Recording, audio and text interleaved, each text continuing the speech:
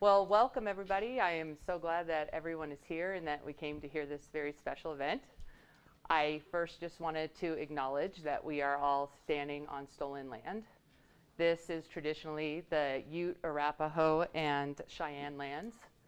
I also want to acknowledge all of the other living beings who were here prior to colonization, all of the buffalo and the prairie dogs and the coyotes and the flocks of birds that none of us could ever imagine, the beavers and the wolves that were here, and to just think about all of those living in beings that had lived here before a short time ago, actually 150 years ago, and to also think about what has happened to these communities since that short period of time, and to notice what we are sitting on now, which is horrific to me, and watching life disappear minute by minute and day by day is something that continuously breaks my heart and something I always want to be able to do something about. So I'd like to acknowledge that. I would like to also talk just about the purpose of our talk today. We're all gathering together with a common goal of people who care and acknowledging that we need to start doing something different. For the last several decades, everything that environmentalists have tried has largely been a failure. And we all must come together and really start acknowledging what has happened and to do whatever we can to stop the destruction before all of life is snuffed out. And if we don't act, we're all just complicit in the destruction of life on this planet. And we are part of that. And it's really time for all of us to get together, to quit dividing each other through other issues that we're having, and to focus on that common goal of really stopping this culture from destroying life on this planet. Sorry. So just hopefully this isn't going to matter in the talk today, but there are rules for this specific talk, and it's just basically that we are all here to listen to some very influential and important speakers. And we just ask that there is respect given to all of our speakers, that there is no disrupting of their talk, and that everybody stays on topic. If there are any disruptions or disrespectful behaviors, we will ask you to leave, and if you do not leave, then we will ask our officers to escort you out, and you will be cited with trespass. So I just want to be clear to keep everybody here safe. I would like to, we have three incredible speakers tonight. We're going to start out, or today, we're going to start out with Dominique Christina, who is a slam poet, renowned. She's moved me through words in ways that I never knew were even possible. I think all of you will get that feeling as you hear her today as well. And then next, Lierre Keith will be talking, and she wrote The Vegetarian Myth, Food Justice and Sustainability. She really helped me understand the way that patriarchy and agriculture are completely linked in the destruction of the planet. She's also one of the most powerful voices that have moved me when she talks. Her words have moved me to action, and her message really is that a different form of resistance is absolutely necessary, and the biggest part in that is that it is possible to resist, and that always gives me the faith to keep going. It's easy to see why a lot of people try to silence Lierre. She has a hard time being able to speak without people trying to deplatform her, because her voice is powerful and she does have the ability to move people to actually change what's happening on this planet. And then there's Derrick Jensen. And when I first saw Derrick Jensen's work, I was actually in Alaska, and I was bringing my son to his father there. And anyway, and I went to a bookstore at Barnes & Noble, and Endgame was out there, and it was facing me. And I picked up the book, and I flipped through it, and I saw the premises, and I could not stop reading the book. I was there visiting loved ones also that I had known, and I didn't even notice that they were there, because the book, I finally found a book. And then I went through and proceeded to read all of his books, and all I felt was, I am not crazy. This culture is crazy. I am not. And I will forever be grateful. And his inspiration, he talked about prairie dogs in his books, and he talked about, the first time I reached out to him, there was forest thinning from the Forest Service going on in my land. Forests were being destroyed. And I wrote him an email thinking I would never hear back from this guy. He's not going to bother with me. I wrote him and talked to him, asked him kind of what his opinion was on the Forest Service and what was happening. And he wrote me back that same day, and he completely stood behind me. He advocated. And in that process, he's hooked me up with other people. And I saved thousands of acres of forests in the area that I live. Not only did we stop the thinning, but multiple neighbors did as well. So the forest, thank you. And I thank you.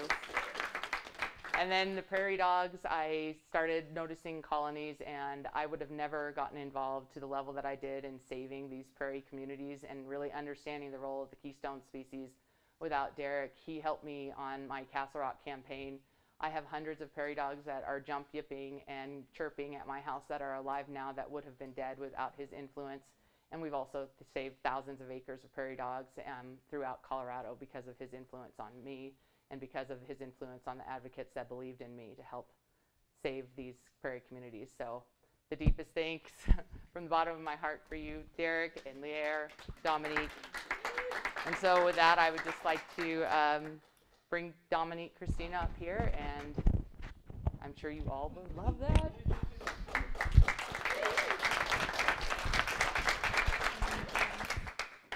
Or this, either one. No, it's going to be the other one. Hold on.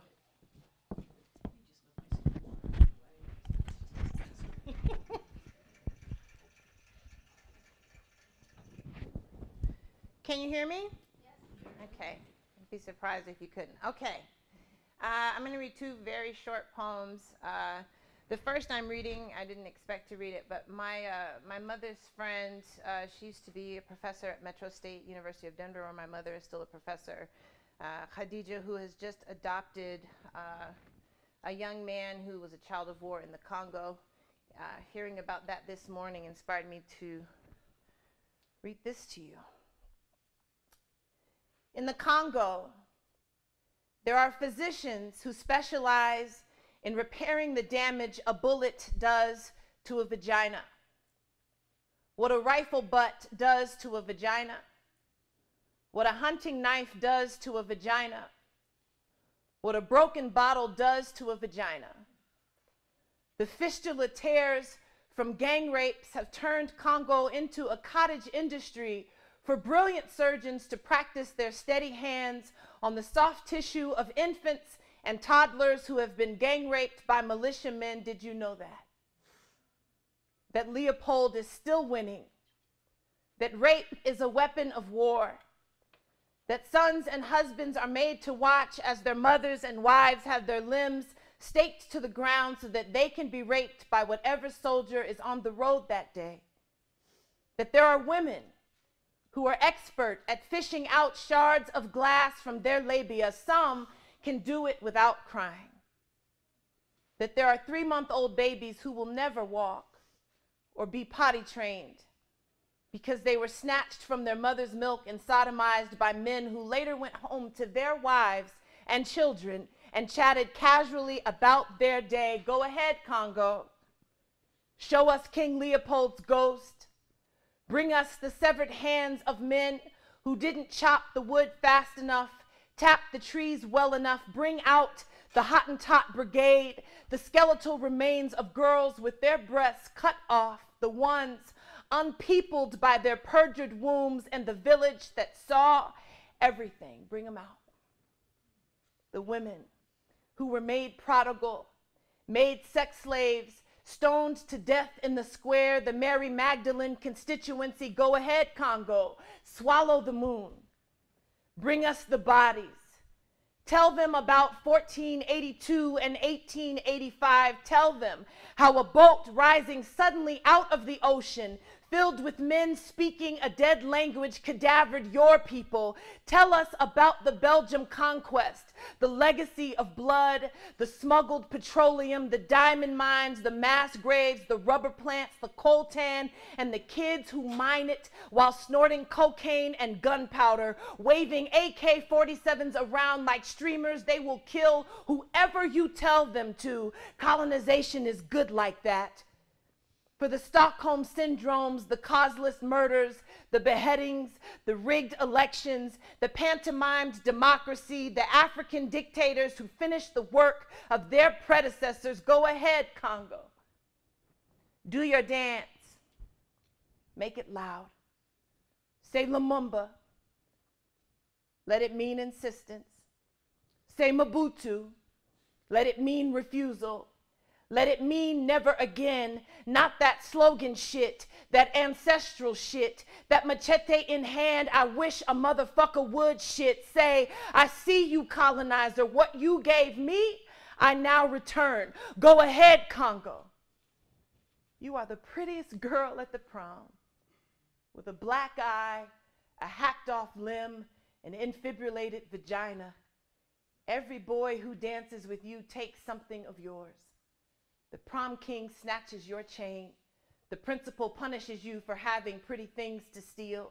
The crowd cheers when you fall to your knees. The girls use your blood for lipstick. That's what you get for having diamonds in your ears, gold on your neck, a sequin dress, your body a soup kitchen for lesser men to get full from. They will curse you when they're done. Why not? Watch colonialism work. If you bleed too long, war too long, diamond mine and gold rush too long, you'll be a soundbite, a bumper sticker, a cautionary tale, a thing to be forgotten. Go ahead, Congo, do your dance. Testimony like this. Marry your grief, matrimony like this. Do your dance.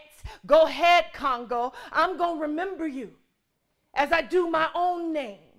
Memory is witchcraft, and I am a long-memoried woman. I forget nothing. They want me to forget what the planet was like when nothing was bleeding, but I remember. My bones remember, and memory is a weapon. Now you remember that.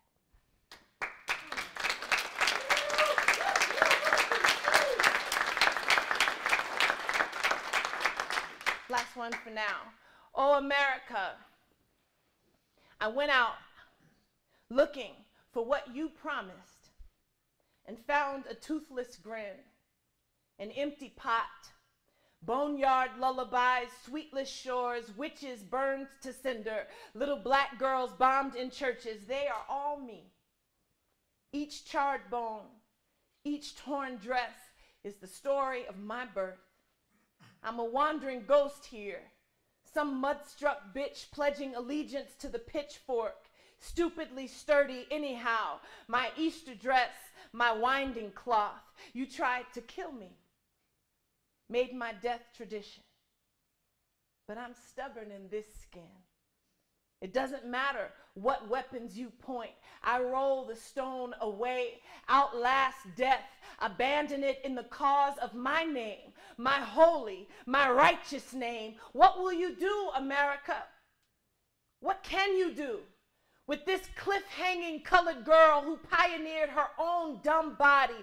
Despite the ambulance ride you turn things into. See how incurably permanent I am? See how these skeletons tumble out of my mouth, the grisly burst of unnamed corpses that hang above my head, a halo of deliberate memory. Oh, America, you put a war in my veins, hoped I'd die from the poison or be disappeared by debris, but I grew past the bile and carried too many grave jumpers in my photo album to succumb to your kind of death ritual. 1619 was this morning. I can feel the first cargo of trembling Africans fighting to keep their names in a place too indulgent in blood sport. They are all me. Each one is me. I have inherited a swarm of bees for blood. What will you do, America? What cemetery could you possibly build for a girl so full of memory?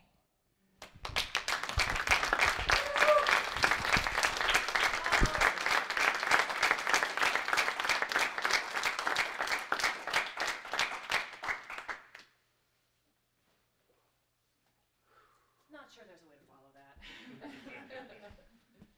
First time I ever heard Dom. All right.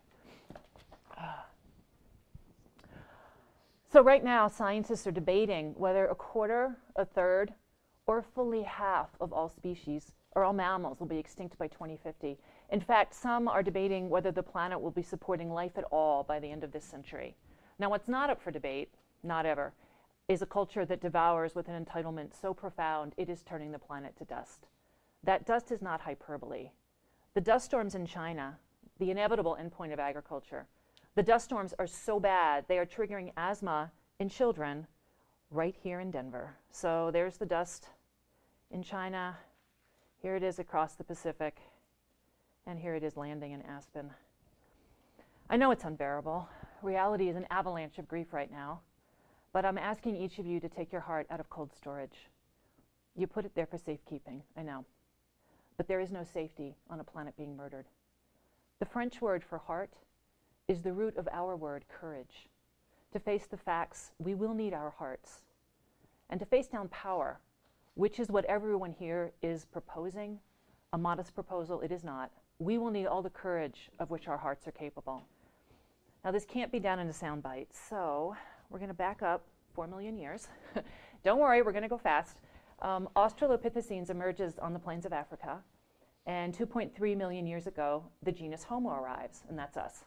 So Homo habilis uses stone tools and has the brain the size of a chimpanzee. Over the next million years, so it's a long time in the making, habilis undergoes a process called encephalization. Their cranial capacity doubled, and Homo erectus emerges. They migrate out of Africa about 1.5 million years ago, but they're the first to use fire and more complex tools. Homo sapiens appears about 400,000 years ago, and by 200,000 years ago, they are identical to modern humans. By 100,000 years ago, we're burying our dead, and we're doing it ritualistically. The bodies are positioned, they're painted, they've got grave goods.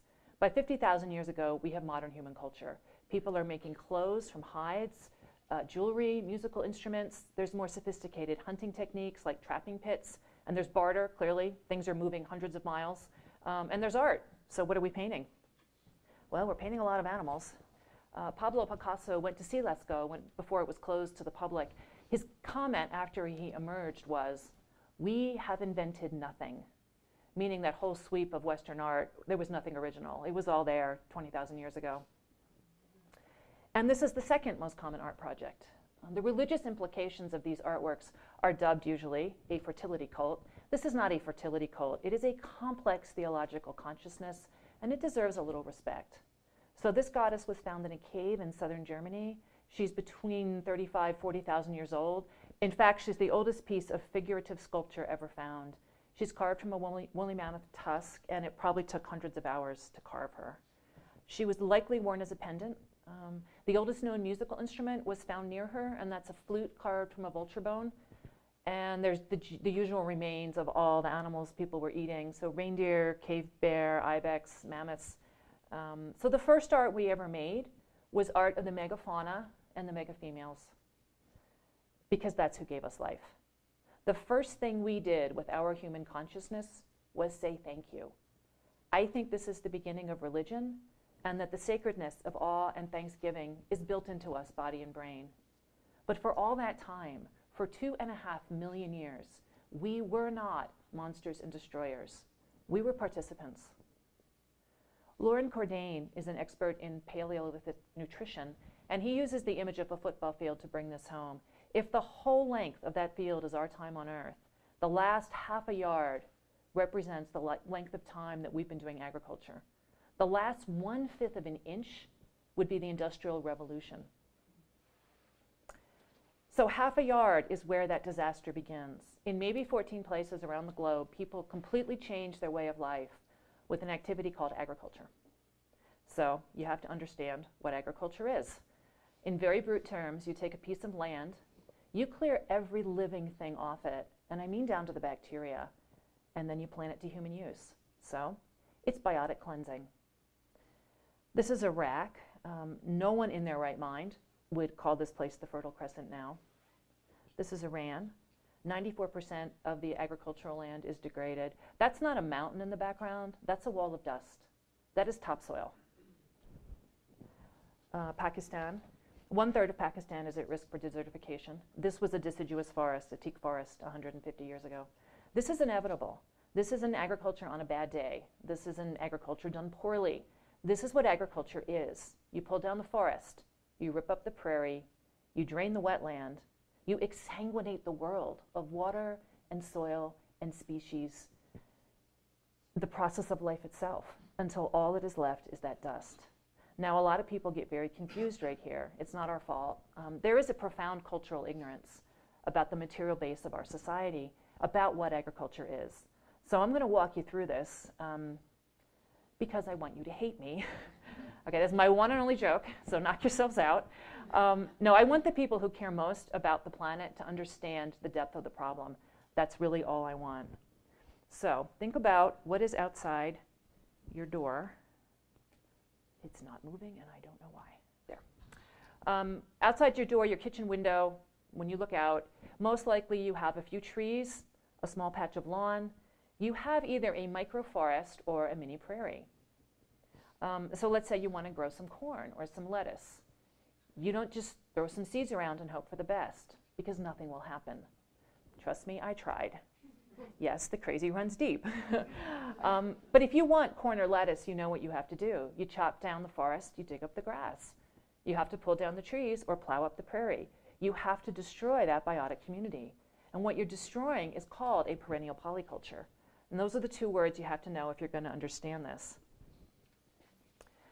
So, perennial and polyculture. Perennial plants live a long time. In contrast, annual plants only live a few short seasons. The perennial plants have big, complicated root systems because they have time to build those root systems.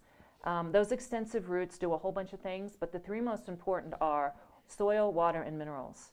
The perennial roots are literally the matrix that holds the soil in place. Without those roots, the soil just blows away. There were farms in South Dakota on the first day of the Dust Bowl that lost all their soil in 24 hours. All their soil. And there's that soil just blowing across the plains. That's what happens when the perennial roots are gone. Those roots also provide channels down into the soil, so when it rains, the water gets absorbed. If the water can't be absorbed, it runs off. It destroys the soil surface, and then the nearby rivers get filled with silt. Ultimately, the water table itself just drops until it's no longer there. But with deep-rooted perennials, the water has a way to enter the soil. And the third thing is minerals. So it's the deep roots of the perennials that reach down to rock, they break it up, and then they bring the minerals up to the surface for everyone else. The rest of us have no other way to get those minerals, and without them we are dead. You and I cannot eat rock. Perennial plants can. Annuals are the opposite of perennials. Because they only live a few short seasons, they have to focus on one thing: babies. They have to make seeds, and they have to give those seeds their best shot at a future. So the roots of annuals are short, their bodies are small, but their seeds are big. They don't have extensive roots that create entryways for water. They don't break up rock and make minerals available. In fact, what they do is referred to as mining. They mine the soil because they remove minerals, and they've got no way to replace them. So annuals and perennials, they both have their place. About 95% of all plants are perennials. The rest are annuals. But annuals are like the first responders. So those big seeds lie dormant until there's an emergency. So a flood, a fire, an avalanche, these things happen, the soil is exposed. And that is a biological emergency. The planet needs that soil covered and quickly. So with the soil bare, the annuals have their moment. They have no competition. And their seeds spring to life. They cover the ground. The annuals will probably dominate for a few years, but eventually the perennials will nip back in. So it's like if you cut your hand and you put a Band-Aid on it, the annuals are the Band-Aid. The perennials are like your skin actually knitting back together. So everybody has a job to keep life going. The other word I mentioned is polyculture. So that just means a whole bunch of plants. And they all work together in various ways. They make a community that creates and protects soil. Now, nature has different kinds of perennial polycultures. There's forests, there's grasslands, wetlands, savannas, tundras, but it's the same template underneath.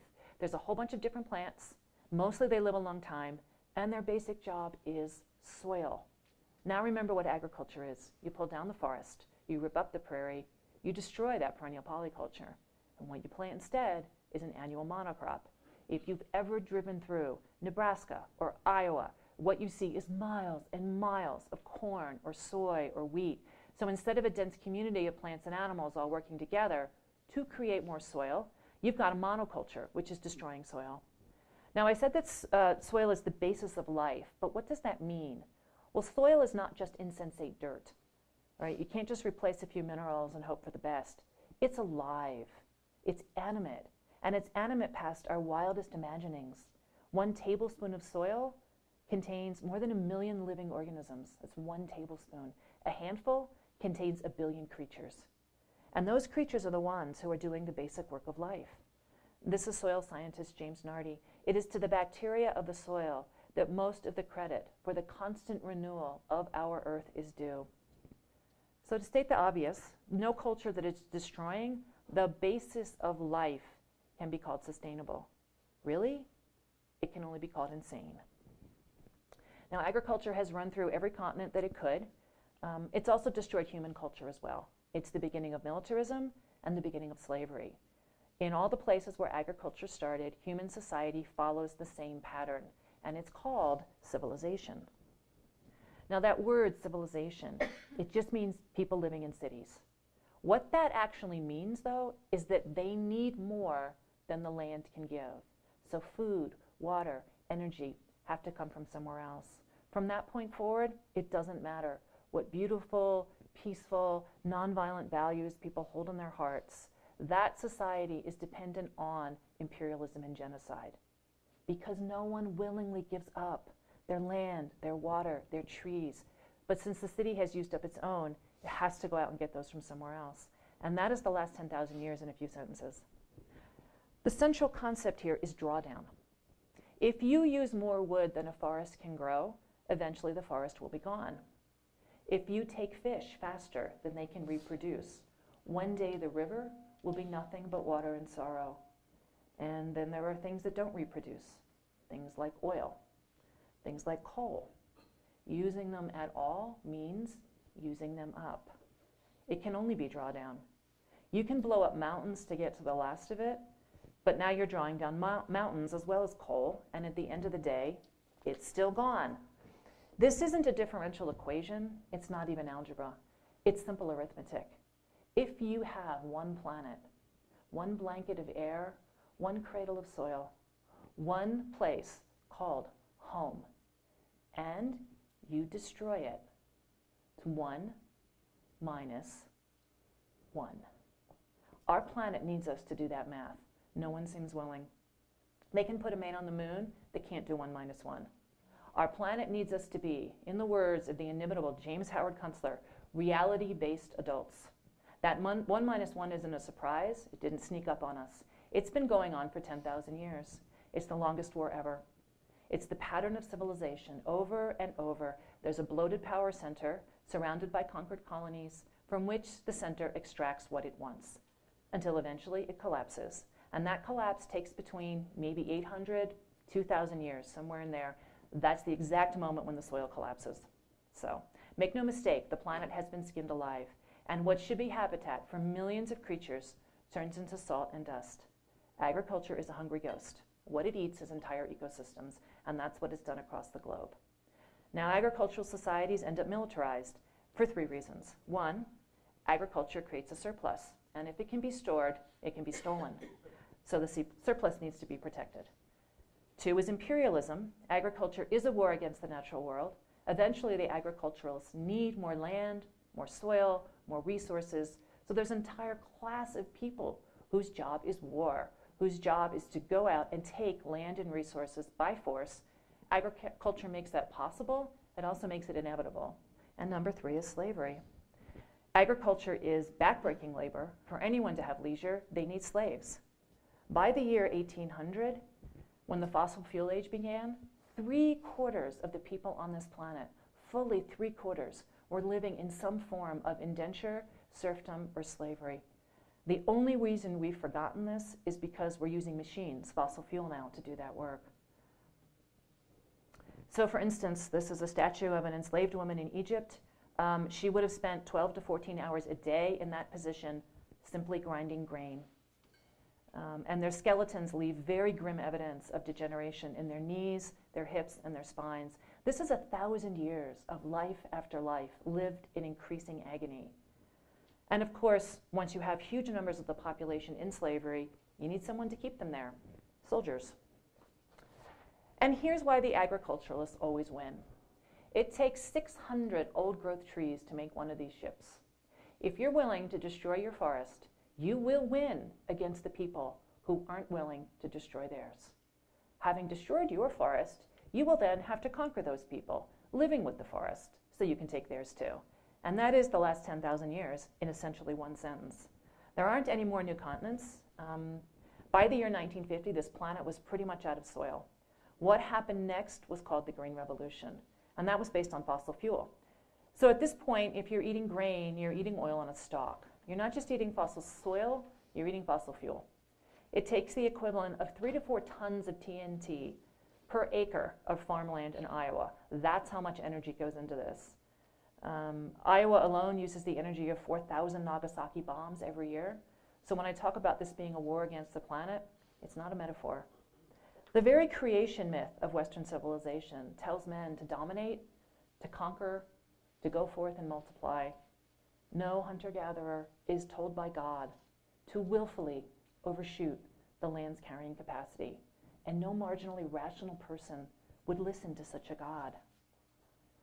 So when I was 20, I had a biology professor who told me the truth in one simple sentence. The moment you put a plow to soil, you degrade that soil. In that sentence, I watched it all collapse. All these people need to be fed. The only way to feed them is to do agriculture, to take over more and more land and dedicate it to human needs. But agriculture is the destruction of that land. So every day, we're digging ourselves a deeper grave. I saw it, but I couldn't follow it to the end. It was too horrible. I thought I had found an answer in a diet of annual monocrops, but with that one elegant sentence, it all came apart. So I ran. I ran from that knowledge, but it followed me. Like any good truth, it wouldn't let me go. That was the angel I wrestled for 20 years, and there was only the grimmest of blessings to be won. This is not a liberatory truth. It's not a celebratory truth. It's a grief that can crush the soul. Once upon a time, there were elephants all the way to China. In the Central Valley of California, there were flocks of water birds so dense they blocked out the sun. And then there are the rivers full of ghosts. In the Pacific Northwest, 10 million fish have been reduced to 10,000. This is who has been taken from us here in this place. There were once 10 million mountain sheep, 10 million mule deer, 20 million elk, 40 million antelope, 5 billion prairie dogs, and all of them should ache like a phantom limb. Of the 49 species that call the Colorado River home, 40 are in severe decline and 4 are extinct. These may be the saddest 6 words ever. No reproducing populations in the wild. There were so many bison you could sit on a rock for 4 days and watch as a single herd thundered by. You could hear them coming for hours. And I have never once heard the sound that the world makes when 10 million years of persistence finds its way home. There are lists of the damned. You will need your hearts to face this. I know what I'm asking, but better a broken heart than no heart at all, because even a broken heart is still made of love. And here we are at the end of the world. Pull down the forest, plow up the prairie, 1 minus 1. 98% of the world's old-growth forests are gone, and 99% of the world's prairies. There's nothing left to take. Jared Diamond, who won a Pulitzer Prize, he said that agriculture is the worst mistake the human race has ever made. Toby Hemingway says that sustainable agriculture is an oxymoron, and Richard Manning uses the exact same sentence, and I will let him take it from here. No biologist, or anyone else for that matter, could design a system of regulations that would make agriculture sustainable. Sustainable agriculture is an oxymoron. It relies mostly on an unnatural system of annual grasses grown in a monoculture, a system that nature does not sustain or even recognize as a natural system. We sustain it with plows, petrochemicals, fences, and subsidies because there is no other way to sustain it. Agriculture is how we've destroyed the world. It's not peaceful, sustainable, compassionate, or just, not for humans, not for the salmon and their lost rivers, not for the bison and the vast ghosts of those disappeared grasslands. Agriculture rends the process of life itself and the entire world is now falling through. Okay, the planet has a template, animals integrated into perennial polycultures. Human beings have a template too. We became human on the African savanna by eating the large ruminants who ate the grasses. As a species, we were built from those nutrient-dense animal fats and proteins. An archaeologist can look at a bone and tell at a glance whether it was from a hunter-gatherer or an agriculturalist. The first thing that happens when people take up agriculture is they shrink 6 inches and their teeth fall out. The hunter's bones are long, strong, and disease-free. The agriculturalist bones, short, brittle, and bear the scars of all kinds of diseases.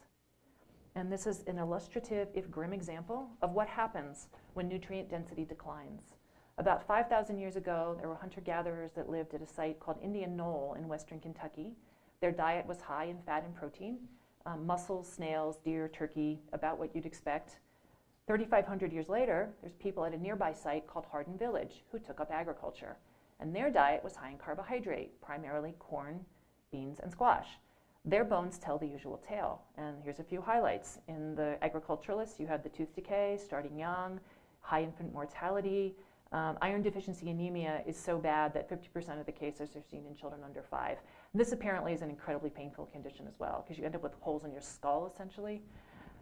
Indian Knoll is the hunter-gatherers. No tooth decay, just wear from just use over life. Very low infant mortality, and you don't get those iron deficiency kinds of diseases anywhere in the bones or the teeth. So there's a French doctor during Napoleon's campaigns who served under him. His name is Stanislas Tanchou, and he noted some of the same differentials in disease rates throughout Europe during his travels there, especially between the rural and the urban areas of Europe. And that was essentially his thesis. And he realized that it was nutritional. And he's the guy who coined the phrase, the diseases of civilization, because that's what he saw. And this is his famous quote: "Cancer, like insanity, spreads with civilization." He was not joking. Okay, so this has been a disaster for the planet. It's mass extinction. It's backbreaking labor for piss-poor nutrition. Really, the question is not why some people didn't do it, but why anybody took it up at all when it is so obviously beastly. We don't actually have an answer. So it's way bigger than what's dead on your plate. You have to ask what died to get that food on my plate. And in the case of agriculture, the answer is everything. We need a full accounting, and that goes way beyond what's in front of us. Factory farming is a very good place to start, but keep going. Why does factory farming exist? Because vast quantities of surplus grain made it viable. Before that, it didn't make any economic sense. But what created those surpluses? Well, cheap fertilizer made from fossil fuel. Why was that invented? Because by 1950, the world was basically out of topsoil. Why? Because that's what agriculture is. The end was written into the beginning. And as all of this develops, the slavery, the militarism, the hierarchy, the culture becomes patriarchal. Men have to own women to control their reproductive labor as well as their economic labor. As Mary Daly pointed out in 1978, patriarchy is the ruling religion of the planet. Patriarchy takes human beings who are biologically male, and it creates a political group in a social hierarchy. Men are molded into dominators. Being a man requires a psychology based on entitlement, emotional numbness, and a dichotomy of self and other. And their first despised other is, of course, girls. No insult is worse than some version of girl, usually a part of female anatomy that's been twisted into hate speech. But once the psychological process is in place, the category female can easily be filled by any group that needs to be dominated. So masculinity is essential to any militarized culture because that's the psychology necessary in soldiers. One can only kill on command if the human impulse to care for one another has been subdued or eradicated, and if the psychological process of othering is well entrenched. Now, central to masculinity is a violation imperative. Men become, quote, real men by breaking boundaries. For the entitled psyche, the only reason no exists is because it's a sexual thrill to push past it. The real brilliance of patriarchy is right here. It doesn't just naturalize oppression, because all these systems do that. They have to say it's natural, so nobody fights it. Patriarchy does one more. It sexualizes acts of domination and subordination. It eroticizes them. And then it institutionalizes that into masculinity and femininity. So it naturalizes, it eroticizes, and then it institutionalizes domination and submission. The brilliance of feminism is that we figured that out. As for femininity, that's just a set of behaviors that are in essence ritualized submission. Female socialization is a process of psychologically constraining and breaking girls, otherwise known as grooming, to create a class of compliant victims. Now, across history, this breaking has included so-called beauty practices like female genital mutilation, like foot binding, as well as the ever-popular child sexual abuse. Femininity is really just the traumatized psyche displaying acquiescence. This is not natural. It was not created by God. It is a corrupt and brutal social arrangement. Now, it's become popular to embrace trendy notions from postmodernism in some activist circles. This includes the idea that gender is a, quote, binary. Gender is not a binary. It's a hierarchy. It's global in its reach, sadistic in its practice, murderous in its conclusion, just like race, just like class. Gender demarcates the geopolitical boundaries of patriarchy. It divides us in half, but it's not a horizontal half. It's vertical. Gender is not some cosmic yin and yang. It's a fist and the flesh that bruises. It's a mouth crushed shut and a girl who will never be the same. Gender is who gets to be human and who gets to be hurt. This has to be made clear because men know what they're capable of. They know. They know the sadism they've built into their own sex. Do it to her is what they say to each other. Not to me, the human being, but to her, the object, the thing. And her has to be obvious, visually and ideologically. See, there she is, unable to walk. There she is, on display. Or there she is, secluded and covered, for your eyes only. And how much easier if he can say, God made her that way, to lie beneath me and obey. Or nature made her this way, an empty hole. Or her own brain made her this way, the slut who asked for it, because we always ask for it. The rape, the battering, the prostitution, even the murder, we ask for it. Now those conditions are what Andrea Dworkin named the barricade of sexual terrorism. That barricade defines the parameters of gender. It's really simple. Women are inside it, men are outside it. Actually, men are building it, fist by fist and fuck by fuck. And it's exactly those violent, violating practices that create people called women. That's what men do to break us and keep us broken. And that's what gender is, the breaking and the broken. If you were born female, you were born on a battlefield. You will be punished for saying that out loud, but the grim truth is you're going to be punished no matter what for the sin of being female. Battering is the most commonly committed violent crime in the United States. Every 18 minutes, a man beats up a woman. That is more hatred than I can comprehend. And right now, that battlefield is such a slaughter, we can't even collect our wounded. So this is where all of that ends, where it all comes together right here, that masculine violation imperative.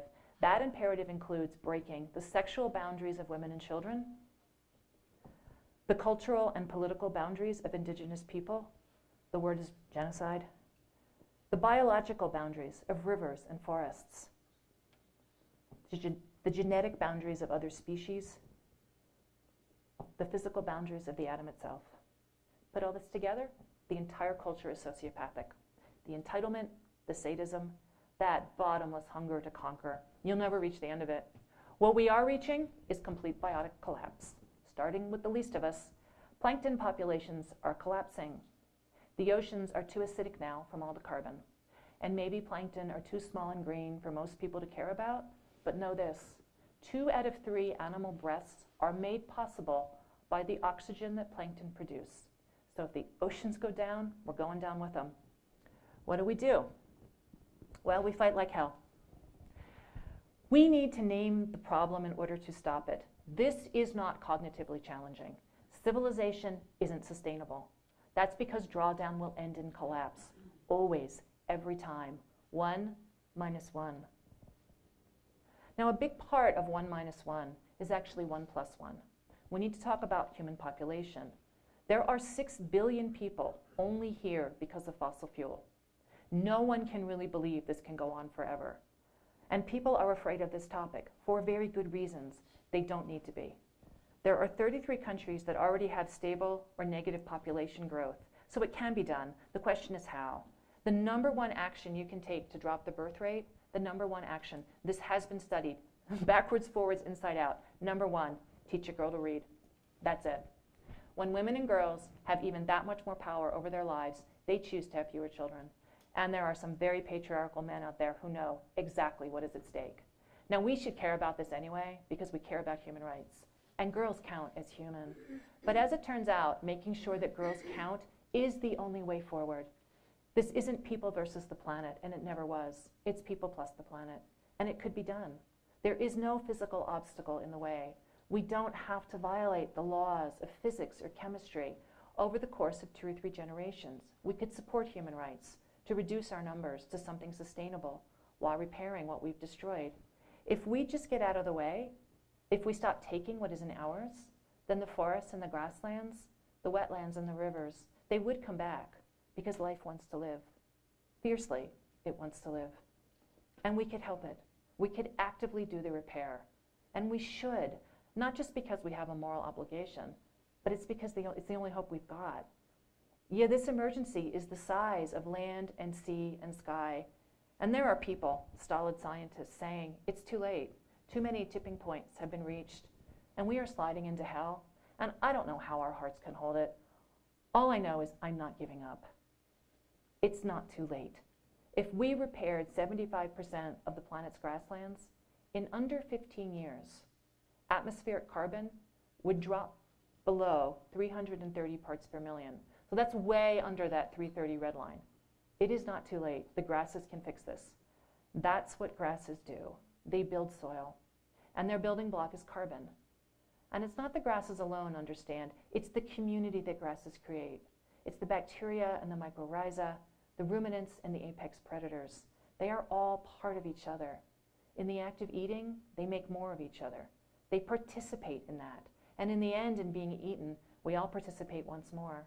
This is what happens when ruminants and grass work together. The world comes back to life. So there is all my hope, the girls and the grasses. And here is my call to action. Repair, restore, rejoin. Repair the broken rivers, the exhausted soil, the human connections severed by sadism. Restore. Restore the grasses and their animal cohorts, from the majestic to the microscopic, and restore the rights that inhere in every human, no matter how small or brown or female. She matters. She does. And rejoin. Rejoin as participants, never again to dominate. Not the planet, not each other. Is that so hard, really? Well, yes. Because we are up against entrenched and global systems of power that have gone rabid with destruction. What can one person do? Don't be one person. We need organized political resistance. The only thing that is going to bring those systems down is all of us rising up. I want to leave you with this. No matter how weary, your heart is still beating. Listen to it. Whatever work it is calling you to do for democracy, for human rights, for animals in the earth, for the girls and the grasses, it's sacred work because life itself now hangs in the balance. When the call of your heart becomes the work of your hands, that may be what tips the balance back towards life. So never give up. You love something or you wouldn't be here today. Whatever you love, it is under assault. But love is a verb. May that love call us to action. Thank you.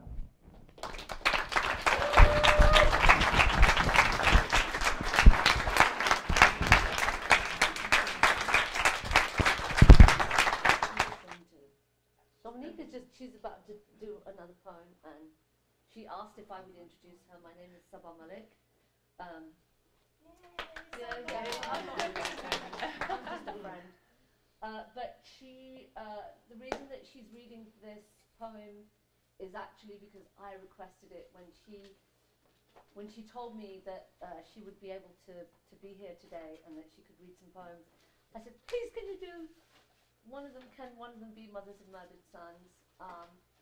And she agreed that she would read Mothers of Murdered Sons, and it is a poem that she wrote for Emmett Till's mother, Trayvon, Michael Brown's mother. Is it Michael Brown? And I think it's Trayvon Martin. Trayvon, yeah. So she wrote Mothers of Murdered Sons for those women, and it's incredible. I've heard it so many times, but every time I cry. Just like every time I hear her, I cry. So that's my introduction. She's doing this poem because I asked her to. I think it's relevant. I hope that you love it when she does it. She'll be back in a minute, so I won't sit down. I just sat down. Okay. I had to pee. Shoot. Told them that I asked if you were doing that. Okay, this poem is Mothers of Murdered Sons. It was, let me put this back on. You can wear it or we can turn it off. Do you need me to, should I wear it? Do I need to wear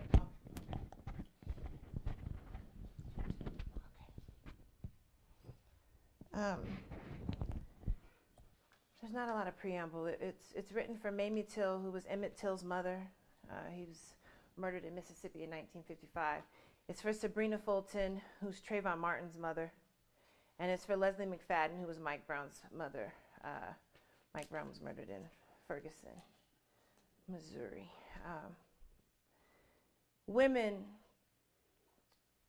whose children will be buried before them lose a lot of blood in delivery. Their water breaks torrentially, their bones go soft as yolk. Each contraction is a snatching hand, a howl in a place you want to rub but can't reach, a deliberate flood. The way a river can swallow a city, a woman's body is just like that. It can announce a funeral better than a gunshot can. For the women whose children are murdered, labor is foreshadow. It tells about the bones and the breaking and the temporary nature of things. Mamie Till laid up 9 hours trying to pull that boy through her quaking thighs, sharpened her teeth on ice chips, whispered prayers that didn't belong to anybody's God, nipples like church steeples, high and hard, reaching out to sky just to get that boy here. And he was a fat thing too. Came up grinning and full of himself even then. Came up gasping for air, came up from the thick heat of her body, smacking his lips, always hungry, see, always hungry. Took him a while to clean Emmett up. Took even longer for Mamie to stop spilling every bit of herself in that stark white room. Took a while, see, and some of that blood never washed up. Ain't that a metaphor for always? Now, Sabrina Fulton is a ritual. You know, she's stony and stoic. Her face doesn't move much. Like a closed door with too many keyholes, no keys. Each new sorrow is a padlock welded shut, except her eyes keep stories, even when she won't. Ever since her youngest boy got killed, you can't look her in the eyes. If you do, Sabrina's gonna bewitch you with her suffering. That ain't how she wants it. That's just how it is. Still, something needs to be said about how Trayvon's head just about split Sabrina in two. Looked like somebody was thundering out from under her with a hatchet in his hands. When I tell you she bled, you better know she bled. And they couldn't get it to stop. Doctors came in bellowing, like Sabrina had something to do with how she was coming apart. Women keep their own magic. But you better believe God or something like it is involved when a child is being born. How you think a woman goes in as one and comes out as two? They say the last person to split himself like that was Jesus. Ain't that right? Some of you are Christian. You've been to Sunday school. You know. I'm trying to say women have always been about the otherworldly, super-terrestrial mathematics of becoming more than themselves since before Eve. Sabrina almost had to have a transfusion because that boy tore her up. So much blood, it looked like she didn't keep any of it for herself. nurses and doctors running, trying to stop that woman from flooding the room with the red paint graffiti of sons who gotta get here and can't figure out how to do it without tearing shit up first. Ain't that a metaphor for always? Now Leslie, she doesn't come from anything that bends easily or apologizes much. She comes from something old. Her people split wood, tapped trees, picked cotton, tried it, you know. Tried getting to some place with plenty of work and public transportation and enough folk who would look you in the eye, even if it was to spit in it. You've been hungry long enough? That's all the holy you know to look for. Leslie wasn't one of those girls who grew up thinking she could cry to get what she needed. Fact is, she didn't even cry. When her firstborn burst through her skin and into cosmic significance, and he was a big one. Like his daddy, I guess. Dark, thick-boned,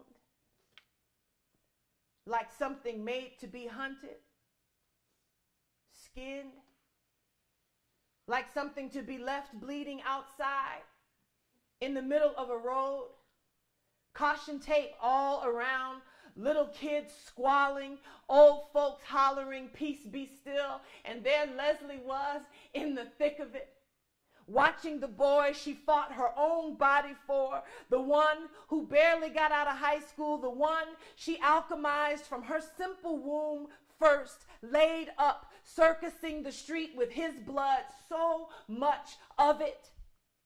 Like when he was born and the doctors had to cut Leslie to pull him through, how her blood got in his eye, how it seemed like he never forgot the trauma of inheriting a body like the one he had, the boy whose blood started a riot, how we all ended up with it in our eyes.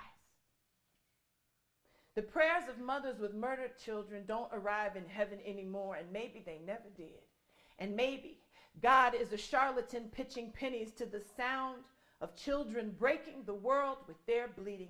Maybe he's too busy with more righteous indignation. Maybe the melody ain't right. Not enough of the Eucharist in these boys to matter to the omnipresent and nevertheless seemingly absentee father. Maybe he's too busy to see he's not the only one with a murdered son. What about these, God, huh? What about these?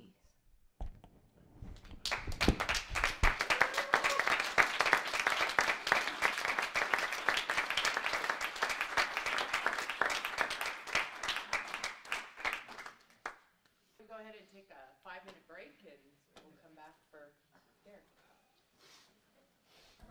This is on. Oh.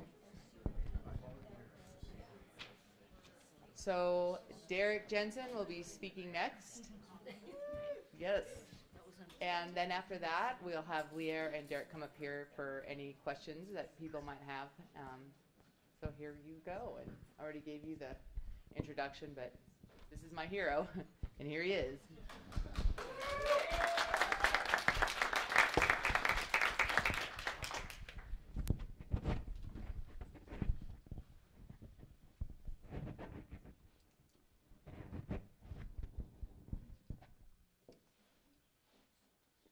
I am not always. Can you hear me in the back?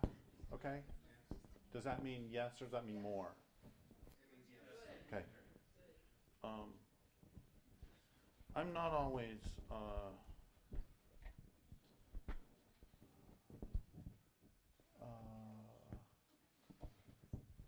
capable of.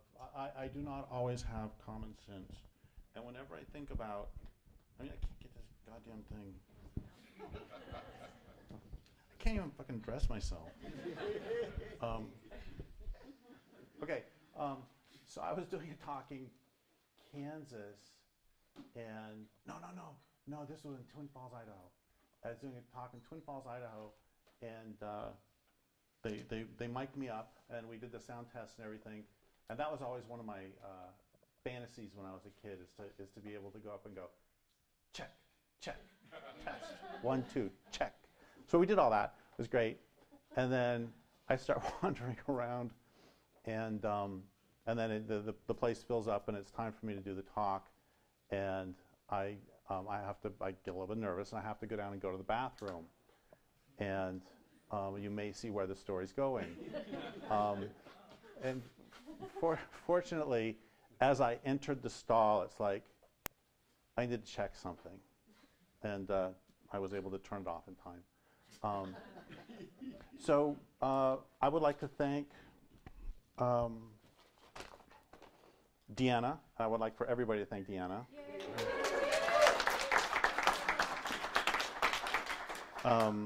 And Beth, where's Beth? Beth, way back. Prairie Protection, Colorado. DGR, James, Becca, who is my sister. I think people should applaud for my sister for putting up with me. And then Saba and Max and Tracy and Brian for keeping the peace there. And I have been torn as to whether I want to thank both Christina and Lierre or to say I'm fucked, trying to follow that. So I'm going to go a completely different direction, and sort of, since they had their sets down absolutely perfectly and movingly, we're going to go with sort of a jazz improvisation and see if we can go that direction. So I was asked to do 3 questions, and so that's what I'm going to do. First question. As this culture destroys all the natural communities that sustain a livable earth, common underlying themes erupt from that destruction. Can you talk about the lies this culture inculcates into our everyday lives to normalize atrocities? How do these lies affect our ability to resist and maintain healthy relationships with the land? As this culture destroys all the natural communities that sustain a livable earth, common underlying themes erupt. Can I talk about some of these lies? And I would say the first lie that comes to mind for me is that you can destroy a planet and live on it. That's a lie that really is central to our way of life. Another lie that is central to this, I grew up in Boulder, or just east of Boulder, between Boulder and Louisville, back when there was still a difference between Louisville and Longmont and Lafayette. And I'm one of those old farts now that says, I remember when Marshall was just the dump, and there wasn't a luxury hotel there. Anyway, people often ask, so how did you become an environmentalist? And one of the ways I became an environmentalist was when I was, one of the happenings that led to me becoming an environmentalist was in 2nd grade, when they put in a subdivision right next to where I lived. And those meadows and the grasshoppers and the meadowlarks and cottonwood trees became white box houses. And I was, 7 years old, probably in 2nd grade? And even then, I was asking, so where are they going to go? And if people keep doing this, they're going to run out of room. They can't do this forever. And I didn't have this language, but I realized, even as a 7-year-old, that you can't have infinite growth on a finite planet. And that really leads to the next thing, which is that none of the stuff that has been said earlier today, and none of the stuff I say in any of my books, is particularly cognitively challenging. It's not like I had to think really hard and go, gosh, there used to be 60 million bison, and then 40 million, and then 20 million, and where is this pattern leading us? If there are uncountable salmon in the Columbia River Basin, and then you can count them, and then there's 10 million, and then there's 5 million, and then there's 1 million, anybody who is not head of the National Marine Fisheries Services should be able to figure out where that pattern's going. Or let's back up a second, or let's back up 2,000 years or 3,000 years. And the first written myth of Western civilization is Gilgamesh deforesting the hills and valleys of Iraq. And you saw the slide earlier. And when people think of Iraq as the first thing that you normally think of, cedar forest so thick that sunlight never touches the ground. That's what it was until they cut down the trees to make big cities. And the Arabian Peninsula was oak savanna that was cut down to build cities. Greece was heavily forested. One of those old dead Greek philosophers, I can't remember which one, was complaining about how deforestation was harming water quality. And I'm reasonably certain that the Greek government said, or whatever the equivalent of the Greek Department of Environmental Quality, I'm pretty sure they responded, yeah, we need to study this for a few years and make sure there's actually a correlation. North Africa was heavily forested. The forests of North Africa went down to build the Phoenician and Egyptian navies. I got a note from someone maybe a year ago who lives in one Mediterranean island. I don't remember, maybe Sardinia or something. Anyway, she wrote to me and she said, I only just realized recently that the rocky islands of the Mediterranean are not the natural habitat, that they were actually heavily forested and all the rocks were where they're supposed to be, which is underground. And so I've laid out a pattern in there, and they say that one sign of intelligence is the ability to recognize patterns. You know, I laid out that pattern. Can we recognize it in less than 6,000 years? And unfortunately, deserts precede us, and forests precede us, and deserts dog our heels. And what this leads to is not the direction I thought I was going to go today, but the fact that it's not particularly cognitively challenging leads to... I read a book by John Lamb Lash maybe 15 years ago about it was about Jesus. And one of the questions he asked was, what are some of the lessons of the Jesus story that are unique to the Jesus story? Because a lot of the lessons of a lot of spiritual leaders are the same, you know, love each other, be nice, don't cheat, whatever. But a couple of the lessons that were pretty unique to Jesus are love your enemies. Don't just love your friends, but love your enemies. And also the whole thing about turning the other cheek. And the point that John Lamb Lash was making about it was pretty interesting, that his whole point was basically that the Old Testament, the God in the Old Testament, is an abusive motherfucker. And that Jesus comes along, and when Jesus says you're supposed to love your enemies and you're supposed to forgive and continually forgive and continually forgive, what he's doing in that context is acting as an ally to the abuser. It's not a new covenant, but instead it's... And those of you who've read my work know that my father was extremely violent, and my mother was often told, we were Seventh-day Adventists, and my mother was often told by the church, one of the things she was told is, it says in the Bible that you're supposed to forgive 70 times, 7 times, to which my mom responded, okay, so I'm supposed to keep track, and if he hits me 490 times, I got to forgive, but 491, that's when I get to go. And the point here is that, well, the first point is that that whole book with John Lamb Lash set me thinking about, so what is really sort of unique about my message? What is different about my work than most environmentalists?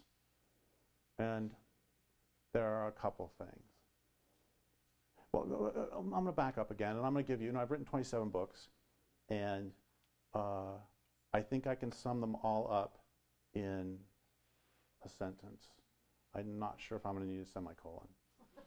And the sentence is, this way of life will not last forever, semicolon. When this way of life is over, I would prefer that there is more of the world left rather than less. That's it. Okay, so what is part of the territory that I've carved out as an environmentalist that is different than a lot of others? And I think the thing that I don't see enough environmentalists saying is that this culture is completely insane. And it's interesting because even people who are not particularly political, if you say, you know, this culture is really crazy, yeah, let's talk about something that we don't know. I mean, everybody recognizes that this culture is really nuts. And one of the implications of the culture being nuts is the understanding that rational discourse, the problems we face are not fundamentally rational and therefore are not ultimately amenable to rational solution. So we have these wonderful solutions of educate girls, or these wonderful solutions of restore prairies. Every cell in my body wishes that we, as human beings, would use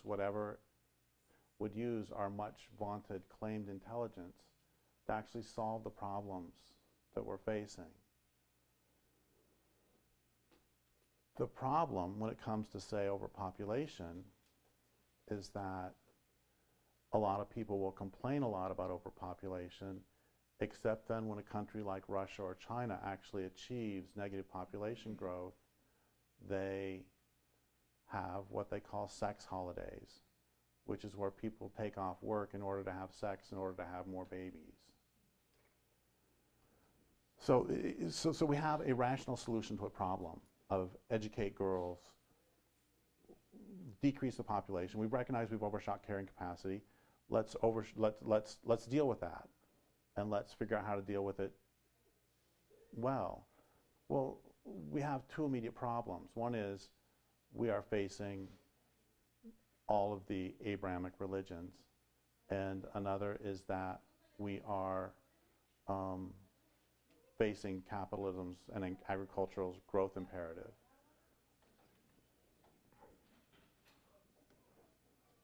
So we'll come back to this. What are the implications of the fact that the dominant culture is crazy and that we're not really dealing with rational problems that can be solved rationally? We'll come back to that. Let's talk about a few more of the lies. Another lie is that the earth is not alive, that humans are the only ones who are sentient. I love the fact, years ago I interviewed Cleve Baxter, who was kind of a nut. He's the guy who discovered that if you attach electrodes to a plant, he had formerly been in the CIA, and he ran the Baxter School of Lie Detection. He was a big deal in lie detector world. And one day he was bored and thought he would, and he had this big Dracaena plant that he loved. He attached electrodes to it, and he thought, okay, I'm going to just see how long it takes when I water it for the water to get up to the leaves. And because that will change the conductivity of the leaves when you get more water in them. So he pours it in, and then he's just sitting around waiting for the water to go up, and he has this thought. It's like, what if I burn a leaf? And the instant he had that thought, the plant spiked, just like if you had a person hooked up to a lie detector and you said, where were you on the night that you're accused of murder? You know, that it had a fear response. And it's so funny. She started just hitting it.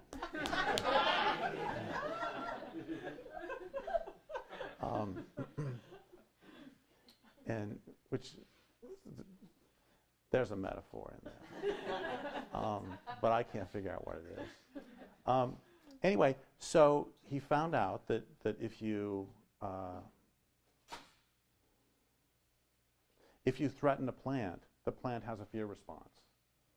And I interviewed him at his place, and it was just so great. He's like this, he's dead now, but he's like this mad scientist. He literally, his entire place was a big laboratory, and he slept every night in a recliner in his lab.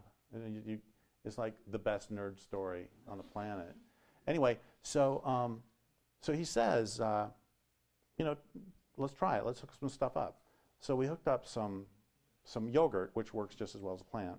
We hooked up some yogurt, and no, we hooked up the plant first. We hooked up the plant, and I said, well, okay, so what if I burn it? He says, well, and the plant didn't respond. So I'm like, you're a faker.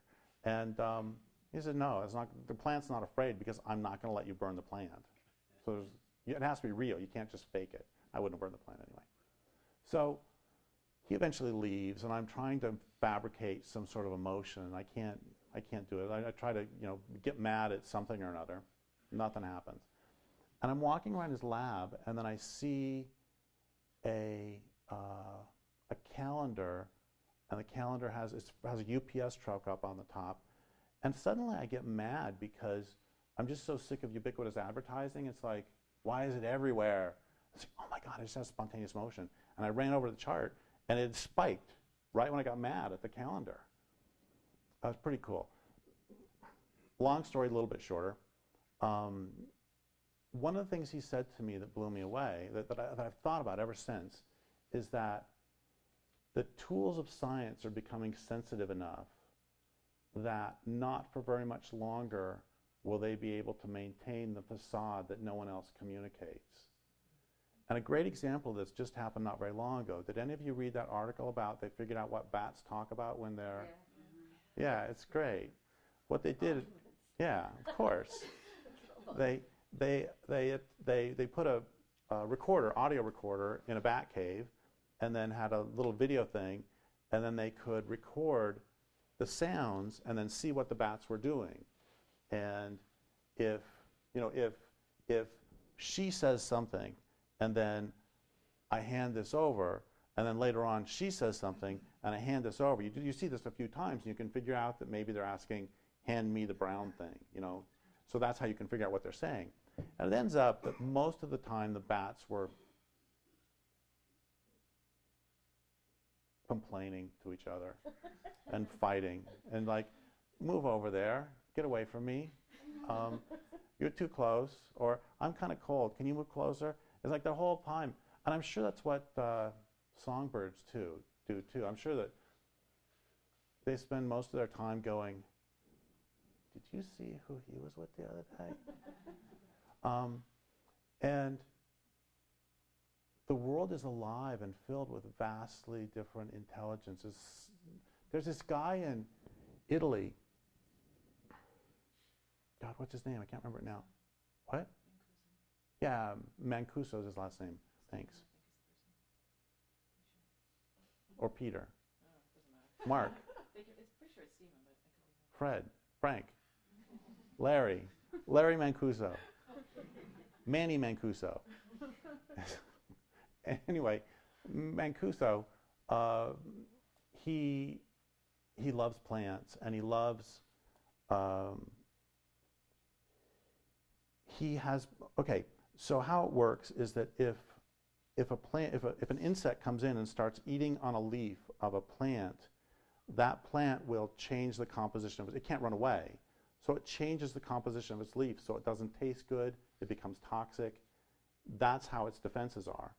And what they've found is that plants will release pheromones, they'll release chemicals that tell other plants, hey, there's caterpillars of this species here, you need to change your composition too.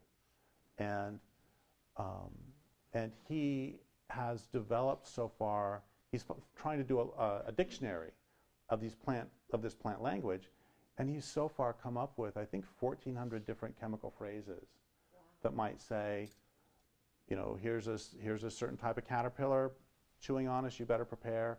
You know, I think it's going to be dry this season, so I think, and I mean, they chat about the weather. I'm not making this up. And of course plants chat about the weather. And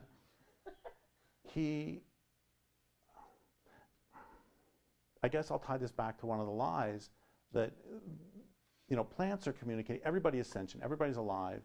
And, oh, bacteria. It's really cool. Bacteria who have gained antibiotic resistance teach bacteria who have not gained antibiotic resistance how not to get killed by those fucking guys. And they do it through what one bacteriologist calls a universal language. Anyway, so everybody's alive, everybody's communicating, and that makes the world a much more morally complex place. And we'll get back to this in a second, but I want to say one thing about how entrenched our stupidity is. That there was this, there were some botanists responding to the understanding that plants will communicate, that one plant will communicate a threat to other members, other plants. They said this makes no sense in an evolutionary perspective, because why would one plant expend energy warning other plants of a danger? And I read this to my niece, and she just started laughing and said, have these guys never heard of anything called community? The reason that a plant will tell another plant of another species that these caterpillars are here is because they understand that a forest consists of more than just me. It doesn't just consist of this particular cedar tree, and it doesn't just consist of cedar trees. It consists of everybody else who lives here. And I mean, can you imagine this happening with humans? It's like, so why did you tell your neighbors that there was a forest fire? Why did you waste that energy? So what we are, when you look at us, how we look at the world, is we're a bunch of sociopaths. And that's another lie we tell ourselves.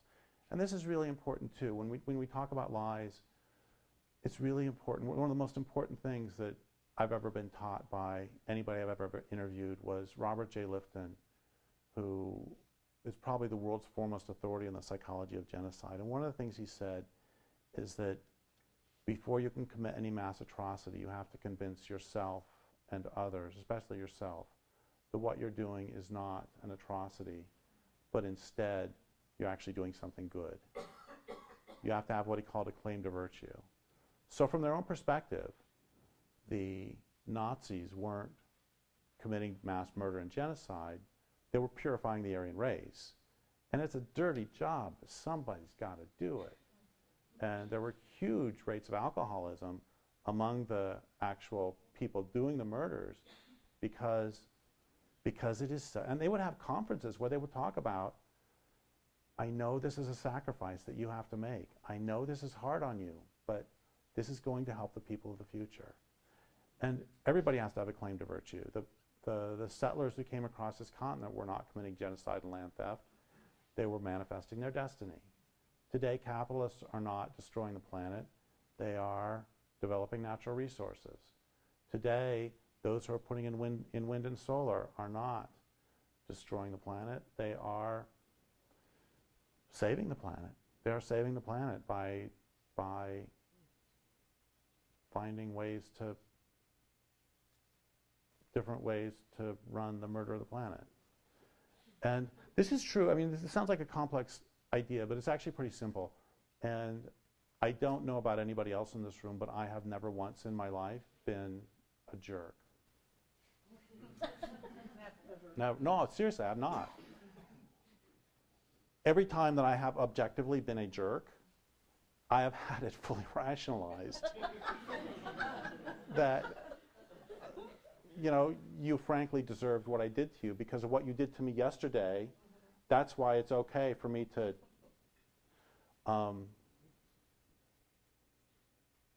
and so this is going to take us to another lie. I love R.D. Laing's central understanding of the world, or central understanding that he could offer to people in his books, was that if you can understand somebody's experience, you can understand their behavior. They behave according to the way they experience the world. And he gives a great example of this. It's way off topic, but if you've read my books, you know that's what you're in for.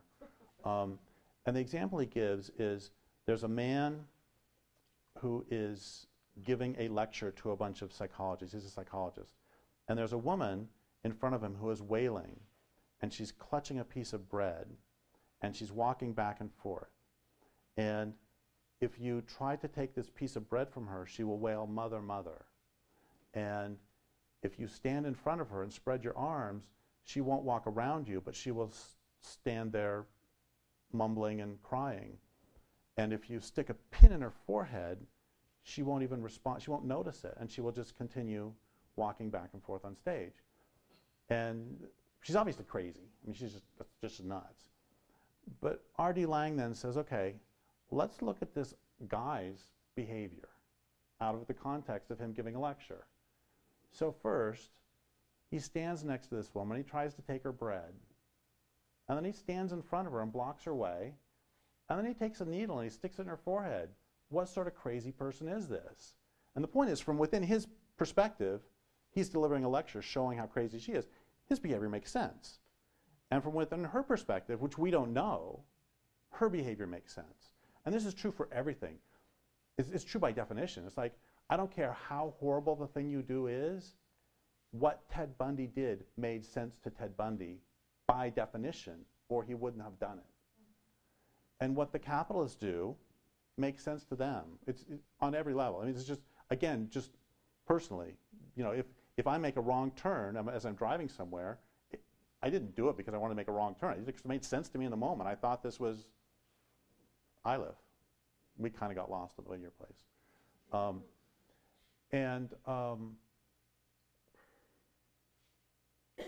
So this is all really important because one of the central, so many indigenous people have said to me that the fundamental difference between Western and indigenous ways of being is that even the most open-minded Westerners have perceived listening to the natural world as a metaphor, as opposed to how the world really works.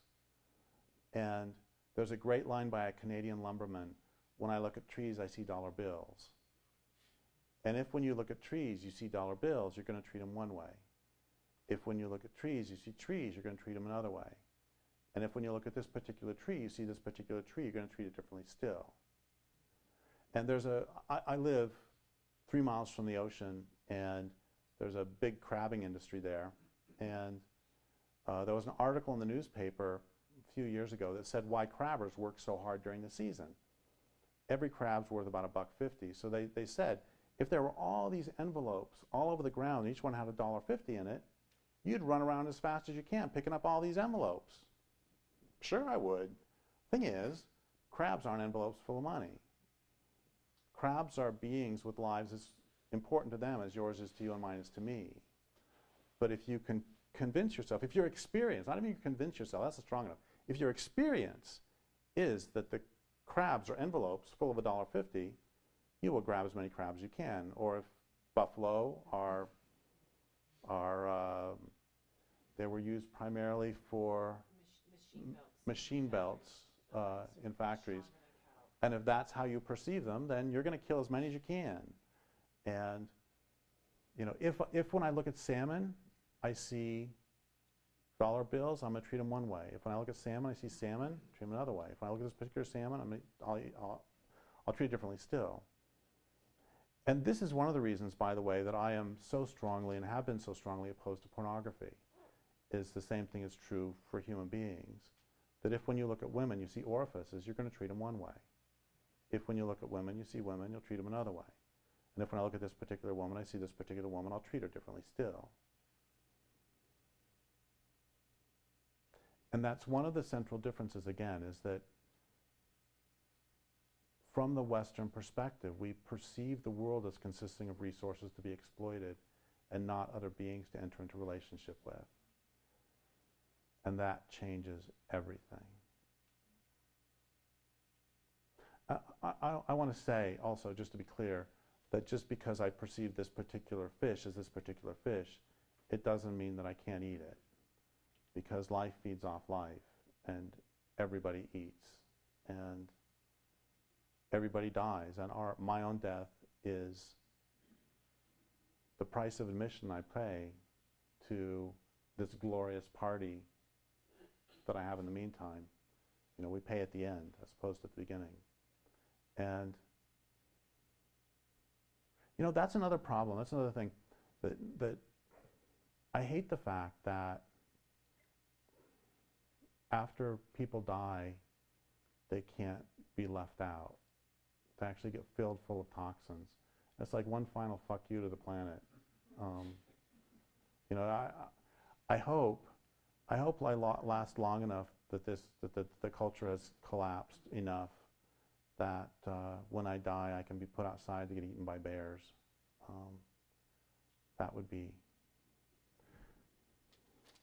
That can be easily misinterpreted on live stream. Anyway, so what are some of the lies we tell? Let's see. What some of the lies are that the planet's infinite. The planet is infinitely giving. Oh, you know, I interviewed Kathleen Dean Moore one time. I love this. She really hates the notion of we treat the Earth like the Earth is our mother. She hates that notion. Why? Because within this culture, at least, we basically count on our moms to fix all our problems, and we count on our mom to clean everything up. And she saw an ad by an oil company that said, Shell or something, that had the caption, "Our mother is a tough old gal." And she wrote to the company and said, "If the Earth really was your mother, she would hold your head underwater until you bubbled."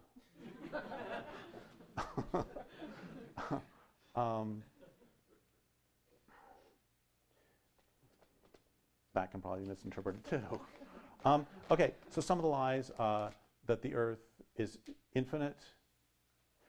Well, here, actually, let's come back again. There is a way that the Earth is like our mother, I think, which is that when I am not the most ordered person on the planet. And when I was young, my mother told me to clean my room, and I did not do it. And then she told me to clean my room, and I did not do it. And she told me to clean my room, and I did not do it. And she said, "Okay, so you have a choice. Either you can clean your room by dinner time, or I'm going to clean it. And if I clean it, you're not going to like it because I'm throwing everything away." I clean my room. On the larger scale, this is actually what we're facing, is we can do what Lierre said and face the truth. We can face that we are in profound trouble, and the world is in profound trouble, and we can start cleaning up our messes. And either we can do it, or the world can do it. And if the world does it, we're not going to like it, because it's going to throw everything away. I mean, if I was in charge of this whole culture, I would not actually end civic society tomorrow. I would start by outlawing retractable stadium roofs, lawns. I would start with the easy stuff, golf courses, and then move fairly quickly. That would be day one. So by day three, we start taking down dams. But the point is that if I were in charge, I would use at least some of what remains of the oil. It's a lot easier to take down a dam with using oil than rather not. And you know, I have to tell you, some people just hate me for this, but I am fundamentally conservative. And that's one of the reasons I'm an environmentalist, is because I'm fundamentally conservative. And what I mean by that is I think it's really stupid to wipe out salmon today that next year you might have to eat. I came to all of this as a person who thinks that it's a wise thing to keep one's options open whenever possible. And, you know, I talk about bringing down civilization, and one of the things I've said a lot is if somebody would have brought down civilization 200 years ago, people on the East Coast could still eat passenger pigeons.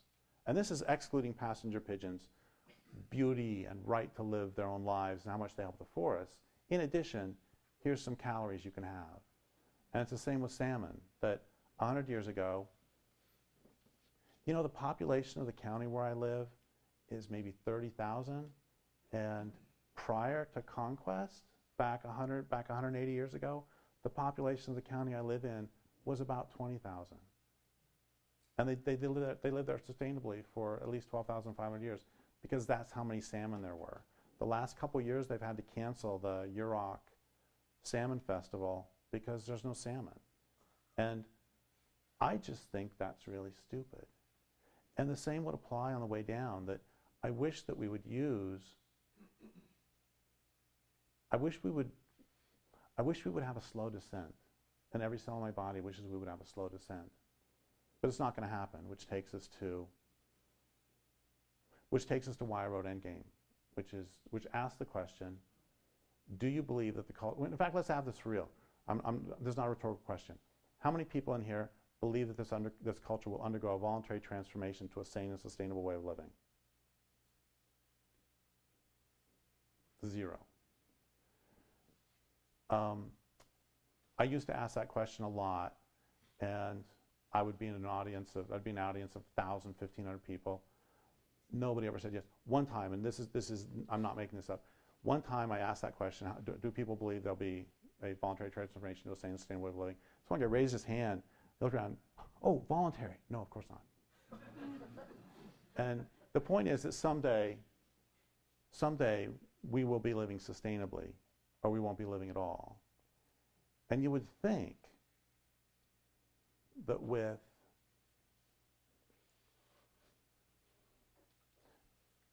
all life at stake, and with the stake of so many humans, and with so many humans at stake as well, you would think that would be a topic of primary discussion. Are the Broncos losing again today? Okay, second question. We'll muddle our way forward a little bit more. Second question. The environment movement has largely been a failure.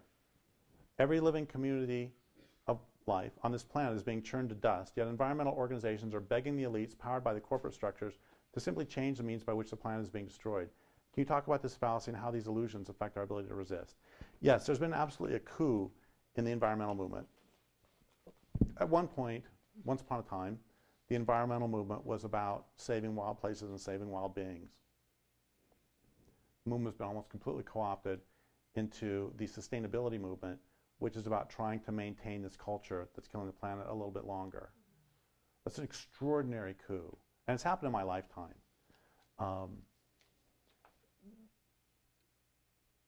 And I blame, frankly, a lot of the climate change movement for this. They have, if you can have 100,000 people marching on the streets of New York or Paris, and if you ask the individual protesters, whom I'm not blaming, if you ask the individual protesters, why are you marching? They will say, to save the planet. If you ask them, what are your demands? They will say, we want subsidies for the wind and solar industries. That's an extraordinary coup, and in my mind, unprecedented. I could be wrong. I don't know of another one where a social movement has been converted into a lobbying arm for a sector of industrial capitalism. That's absolutely extraordinary. And we're going to go back a second, too. And no, I'm going to go ahead and ask question 3, and then I'm just going to do whatever the hell I want, which is what I'm doing anyway. Question 3.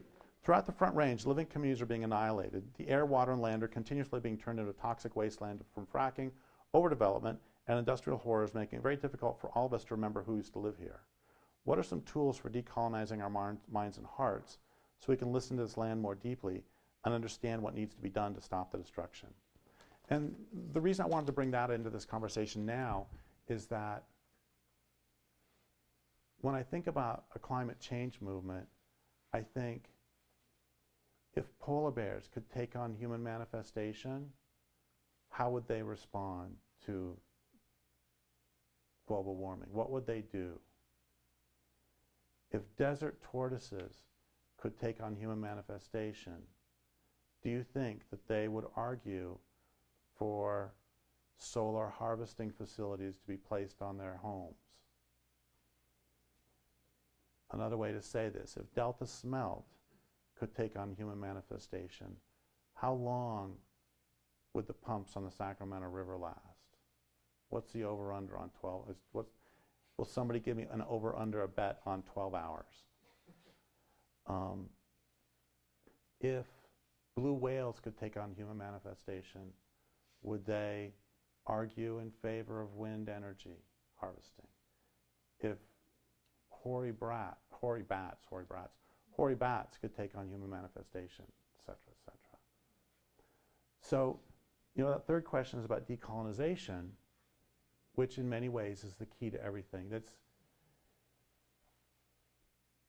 I said earlier that one of the things about my work that is different than a lot of other environmentalists is that I just go ahead and say the culture's crazy.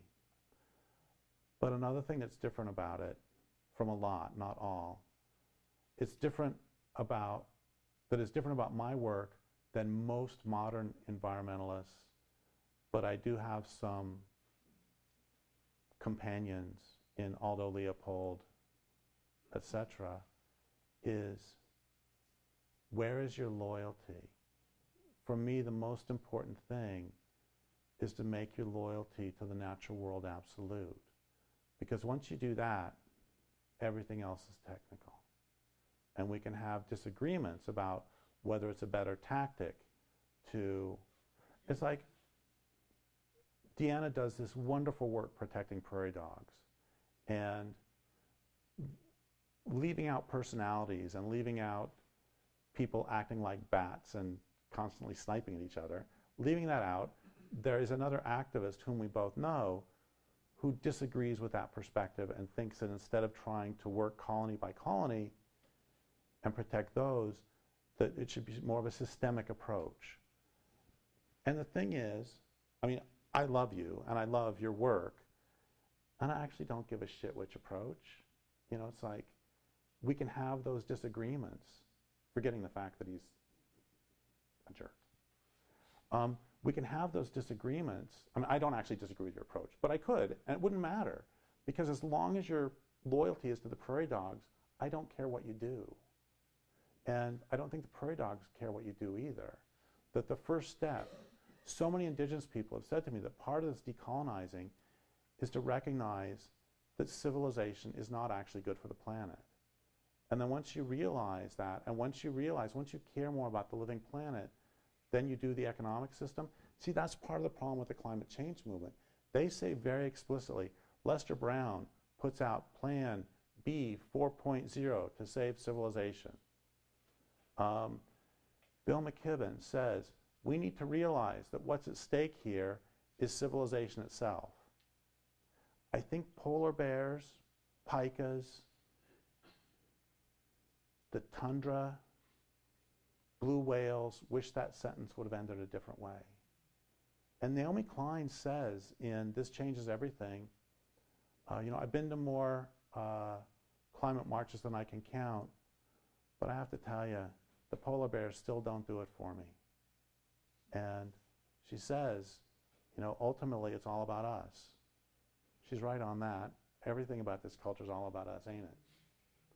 But once you make your loyalty to the natural world, everything else starts to fall into place. And then it doesn't matter if you are, it's like, I have a friend who once gave me 3 questions that I think are really wonderful. One of them is, what do you love? And as you said, whatever you love, it's under assault. So I always sign my endgame books, find what you love and defend your beloved. So the first question is, what do you love? And it doesn't matter. What you love could be free speech. What you love could be long-form thinking, because books are under assault. What you love could be prairie dogs. It could be Delta smelt. No matter what you love, it's under assault. And as Lierre has often said, the big distinction is not between those who want to bring everything down and those who don't. The big distinction is between those who get off their butts and those who don't. So no matter what you love, it's under assault. So defend it. I'll tell you the smartest thing I ever did in my life. I was 25, 26, and I just knew that this culture is killing everything, and I can't stop it because it's all so big, so horrible. It's just, I didn't know what to do, so I didn't do anything, of course. And it's like, what the hell can I do? And then one day I realized I wasn't paying enough for gasoline, by which I mean that what I was paying for gas was not covering the social and ecological costs. So I decided that for every dollar I spent on gas, I was going to give $1 to a local environmental organization. Local, not national, I knew that much. But I was a commercial beekeeper at that point, which means I wasn't making any money. And so I didn't have any money, so what I did instead is I paid myself $5 an hour to do activism. So I started off by writing letters to the editor, and I was too scared to use my own name. Oh my God, I can't put my name out in public to say we shouldn't cut down trees. So I would like borrow names from anybody who would let me. And I started just going through the phone book. Marge, did you know you wrote a letter to the editor? So I started with that, and then I moved to doing anti-fur demos, anti-circus demos, and I didn't let my ignorance stop me from acting, which would be a lot more noble if I wasn't a guy. It's like, that's actually pretty standard for, anyway. So I went to an anti-circus demo, and they handed me a sign. I didn't have to make a sign. They handed me a sign. Circuses are bad. And some guy comes up to me really mad and says, why are circuses bad? I said, I don't know. Ask this guy. They're just bad. I did I did a whole bunch of demos. It didn't look good. It was kind of fun. But anyway, so then I moved from there to doing timber sale appeals. And and then after just a few months, I quit keeping track. I was keeping track because I'm just kind of anal retentive that way. So if I spent $10 on gas, that means 2 hours this week. And I would write it down on a little chart. And are you that way too? Oh my God. Oh, it's a family thing, evidently. Mom did it all the time. And I'm not making a joke here. This is just my family, that as she was dying of cancer, she would, we would keep track on craft paper of how often she took pain pills. It's like, I still have those records. And I had surgery recently, and I do the same goddamn thing. It's like, oh. Anyway, I was keeping track of how many hours I worked. But I stopped doing that after a few months because I was having so much fun with the activism. It's like, God, I could buy a tanker of gas at this point. That was my entree. I got started doing something. So, go forth and do something. So first question, what do you love?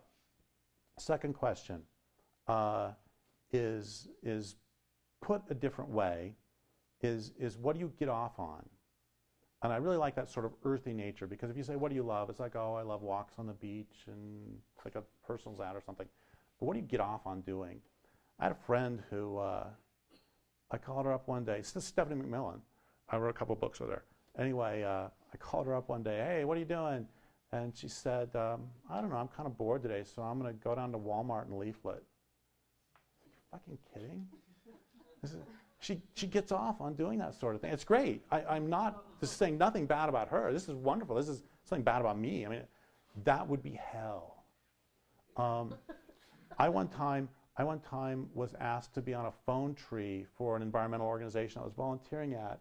They said, and it was calling local members of this environmental group. It's not even calling like random people. Calling members of the local environmental group to ask them to go to a dinner. So it's a good thing. It's like, hi, do you want to come have dinner? The entire night, I dialed over and over 6 numbers of a 7-number phone number, and then I would just freeze in terror. It's like, I cannot cold call somebody. This is, you know what? The planet can go ahead and die. It's like, I'm not going there. Or one time we did a door okay, we is in quotes here, did a door hanging. There was me and 2 women where we're doing a door hanging, by which I mean that I was walking down the center of the street and they were going up and hanging the things on the door because I was absolutely terrified that somebody might actually come to the door and I would have to speak to them. So I get off, on the other hand, on trying to figure out the relationship between perceived entitlement, exploitation, and atrocity. That's just, I can't tell you how excited that makes me I get to go home and take a walk. I mean, I've condemned myself to a life of homework. And that's what I get off on doing. I don't get off on leafleting at Walmart. And, you know, people have often said, God, Derrick, you've written all these books. Why don't you stop writing books and organize? It's like, I can't even organize my pens, you know? It's like, so the world needs us all, and it needs people to write books telling us that we need it all. And it needs people who have the actual courage to go talk to somebody in public. So what do you get off on doing? Like,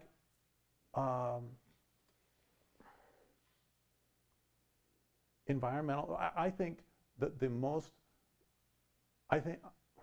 I think perhaps the most important member of DGR is a guy by the name of Norris.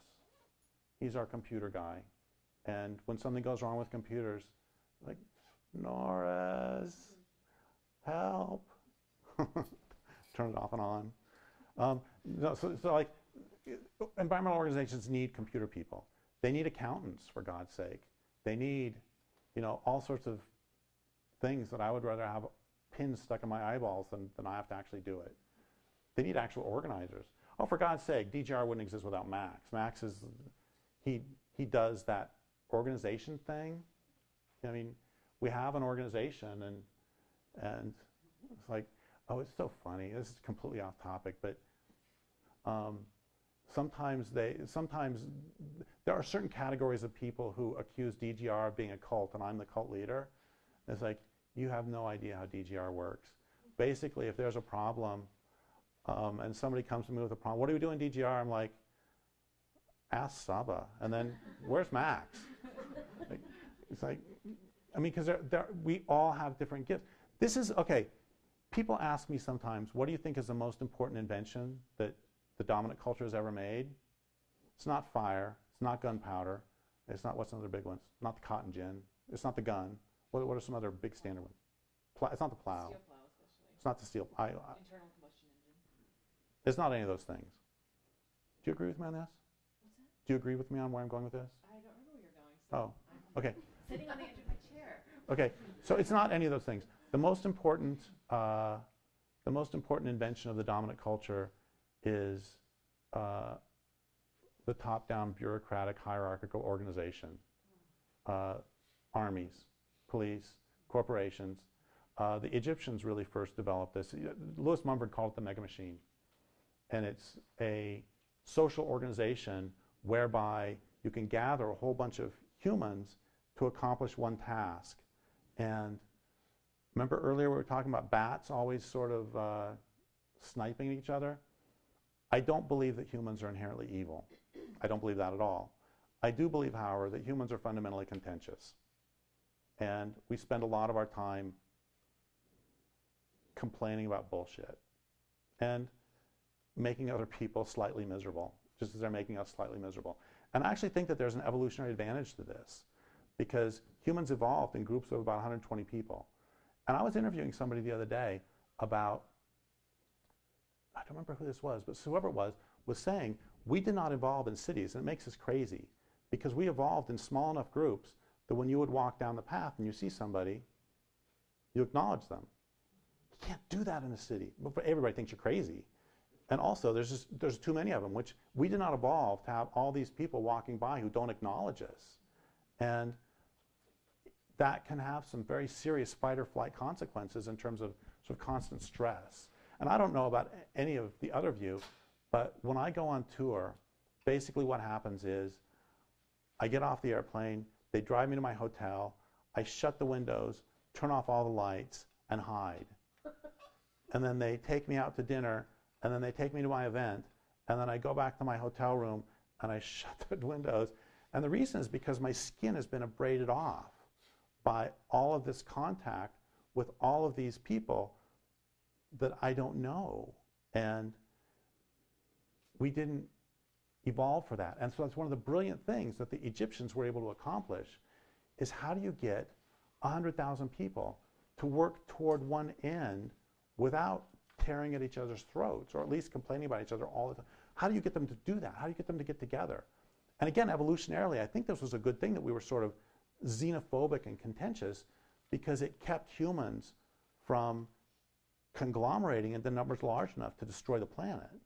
It's sort of like the Tolowa had friendly relationships with the Yurok, but they weren't so together that they would join together to together conquer the people who lived over in Grants Pass. Coming into this larger group has, I think, has of course had disastrous effects both on our psyches and on the world itself. Anyway, I have no idea why the hell I brought any of that up. So the most important invention has been this capacity to get 100,000 people to work together toward no matter what end it is. That end can be making and delivering Coca-Cola. It can be delivering Jews to the death camps. It can be mountaintop removal. It can be creating a telecommunication system so that you can call grandma. That's the genius of the mega machine, is it's a social organization form that can be taken toward any purpose, moral or immoral. And it doesn't matter whether the individuals in the group, it's like Robert Jay Lifton wrote about, most of the people who perpetrated the Holocaust, the capital H Holocaust, did not shoot Jews face to face. What they did is answered telephones, wrote memos, got supplies, made sure the trains were running, and it's the same.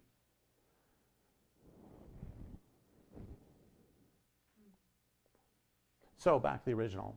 And we can, so here's the thing, is humans as a species, there's a strain of anarchism that's really stupid that believes that all human organization is necessarily evil. And anybody who believes that has never been in a healthy family. You know, it's like, has never seen a family of prairie dogs, has never seen a family of wolves, never seen a family of elephants, never seen a family of whales. We can go, probably never seen aspen. Anyway, whatever it is you get off on, it's needed by someone. And the prairie dogs need your gift, whatever it is. So, what do you love? What do you get off on doing? Third is, what are the largest, most pressing problems that you can help to solve using the gifts that are unique to you and all the universe? So first that requires, you know, there are a lot of times that 18, 19-year-olds will come up to me and say, so what should I do? And I always tell them, your job right now is to figure out what your gifts are. So take from 18 to 25 to 30, whatever, to figure out what it is that you can do that nobody else in the universe can do, and then do it. Because you all have gifts that are necessary. You know, do you mind if I say your church? Okay, so she's LDS, she's Mormon, and we just had a conversation 2 weeks ago about how the Mormon church is really good at, no matter what your gifts are, finding a place to plug you in to help with whatever community service they're doing. And you were saying that in terms of, I don't remember what it was, but they were asking you to do a specific thing. And they had found what you can do, and they're going to plug you in. And that, the Mormon Church is much better at that than environmental groups. So what are the largest, most present problems you can help solve using the gifts that are unique to you and all the universe? So find out what your gifts are. And then another thing, so we're going to go back to environmentalism being turned away from saving wild places and wild beings to sustaining this culture. And a couple ways I always think about that. I've said before, what would Delta Smelt do if they could take on human manifestation? But another way to think about this is if space aliens came down from outer space and they were doing to the planet what the dominant culture is doing, how would we resist? What would we do? I think we would all know what to do.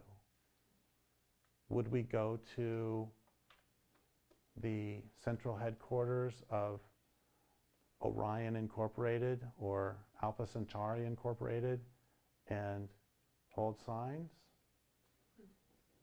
How would we resist? What would we do? I think we would understand, if it was aliens who had come down from outer space who were doing this, we would understand that they're waging war on the planet. And we would understand that the way that everyone who has ever fought in a war, everyone who has ever studied a war, understands that the way you win a war is by depriving your enemy of their ability to wage war. And every cell in my body wants for us to have a voluntary transformation, but the culture is sociopathological. The culture's gone crazy. And I'm not suggesting, I am absolutely not suggesting that we all pick up guns and run around and shoot random people. The fucking culture does that enough already. I am suggesting that we recognize that there is, to our knowledge, only one planet in the entire universe that has life on it, and that this life is threatened. And that we ask ourselves, God damn it, you know what I really want? I just want people to think critically. I want people to think about the situation we're in, figure out what to do about it, and then do it. And leave everything on the table. And, I have historically, this really kind of annoys me, I've historically sometimes been called the violence guy because I think that there are some circumstances in which a violent response is appropriate. I think, okay, I want to be very, very clear. I am in no way suggesting anything about any American politicians, and I'm not winking about that at all. I think there was a unique situation in 1939 in Germany, which is that Hitler had enough power that even the members of the German resistance recognized that there was no way they could prevent World War II without getting rid of Hitler. That was a unique situation. I'm not winking, I'm not doing anything. This is a historical truth. Probably Napoleon would fall in the same category. We've got a handful of situations where removing one person would have changed history in a very positive way. Can you think of any others right up? Stalin? Yeah, Stalin might have worked. Mao, maybe? Okay, A handful. Anyway, there was this guy, God, now I can't remember his name, who was a trade unionist who was George Elser. Yeah, George Elser, who didn't like how Hitler had treated the trade unions. And so he got a job at a mine so he could steal explosives. And then he spent a month in Munich carving out, he'd sneak into a restaurant before it closed every night and hide until they were closed. And then he would carve out a hole behind the wood paneling and then replace it every morning. Put explosives in because every year Hitler on a certain day would give a speech that ran from 7:30 to 8:30. Set the timer to go off at 8:15, and because it was foggy that night and Hitler couldn't fly out, he took the train, so he had to, his private train left at a certain time, so he talked from 7 to 8.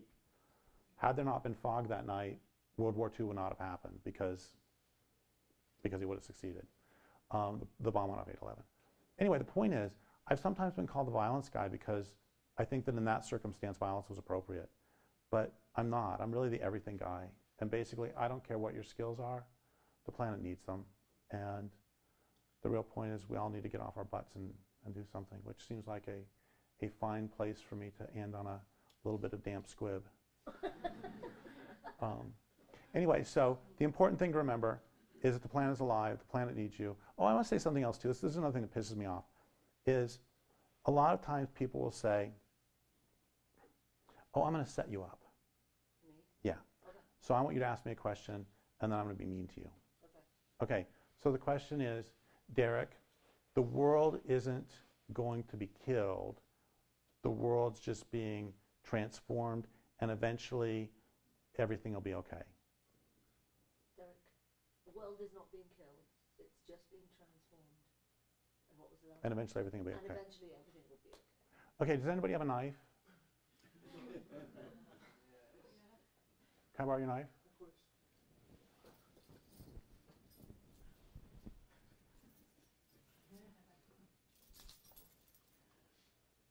Okay, can I have your hand? Okay, don't worry. I'm not going to kill you. You're not going to die. I'm just going to cut off your fingers. And after I'm done with your fingers, I'm not really going to do it. After I cut off your fingers, I'm going to cut off your toes. And then I'm going to start flaying you. But you're not going to die. And even when your heart stops beating, then bacteria inside of you will still be alive. And in fact, they'll be kind of happy because then they'll eat you. And so you're not actually going to die. You're just going to get transformed. People usually get it. Anyway, so that's another thing that pisses me off, is when people say, or a question I've gotten sometimes is, so how much longer do you think we have? To which I always respond, okay, let's pretend that you're in a room right now being tortured to death. And I say to this person over here, how much time do you think she has left? And the problem is, and the reason I do all this is because one of the reasons that we don't fight back, this is another of the lies, is that we're so abstracted. It's not real to us. It's not our, we don't recognize that it is our families who are dying. And there was a woman one time wrote to me and said, you know, the earth will be fine. Even if it's a dead rock, it'll still be fine. And I responded, so if your daughter right now was being tortured to death, would you still have the same response? And she wrote back really mad and said, how dare you even say that about my daughter, because you bringing that energy into the world makes it more likely it'll happen. And I wrote back and said, why is it okay for you to say it's okay that the earth might die, but if I even say it at all about your daughter, then, and that's just it, is we have to recognize. John Livingston, in his book, The Fallacy of Wildlife Conservation, talked about how he went through all the reasons for I need to get rid of this or I'm going to accidentally cut myself. He went through all the reasons for wildlife conservation and why ultimately they fail. And ultimately what he got to is basically either you love nature or you don't.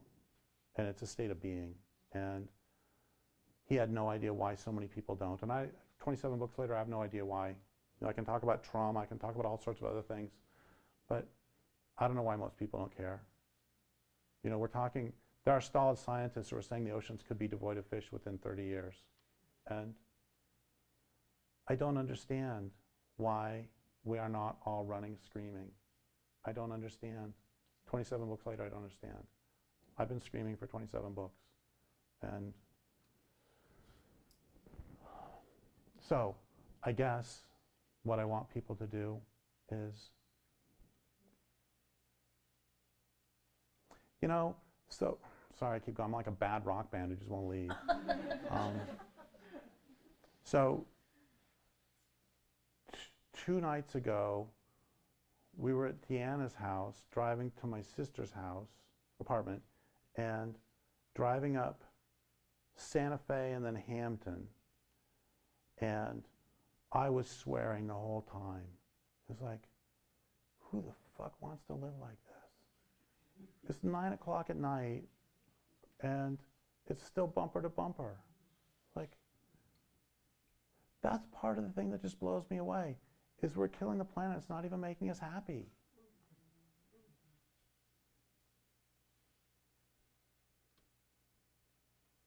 You know, it's like, who actually does like this?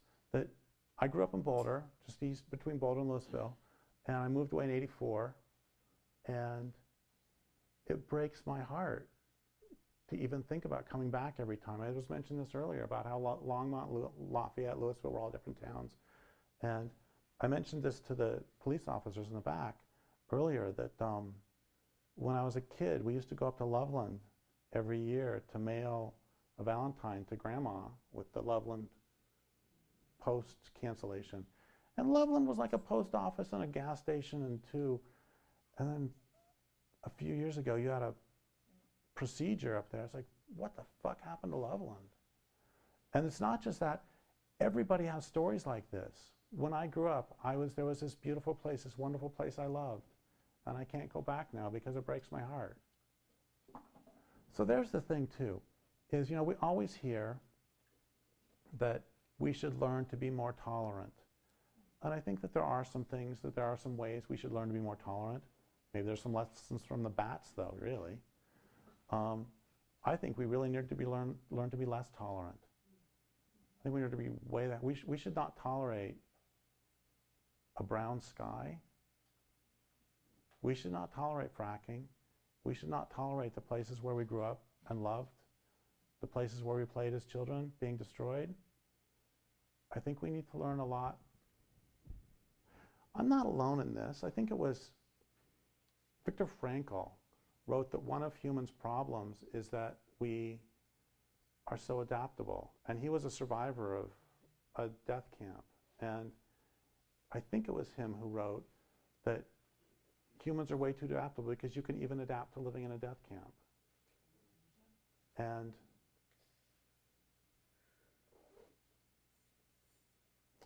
I guess this is what I'm really going to end on.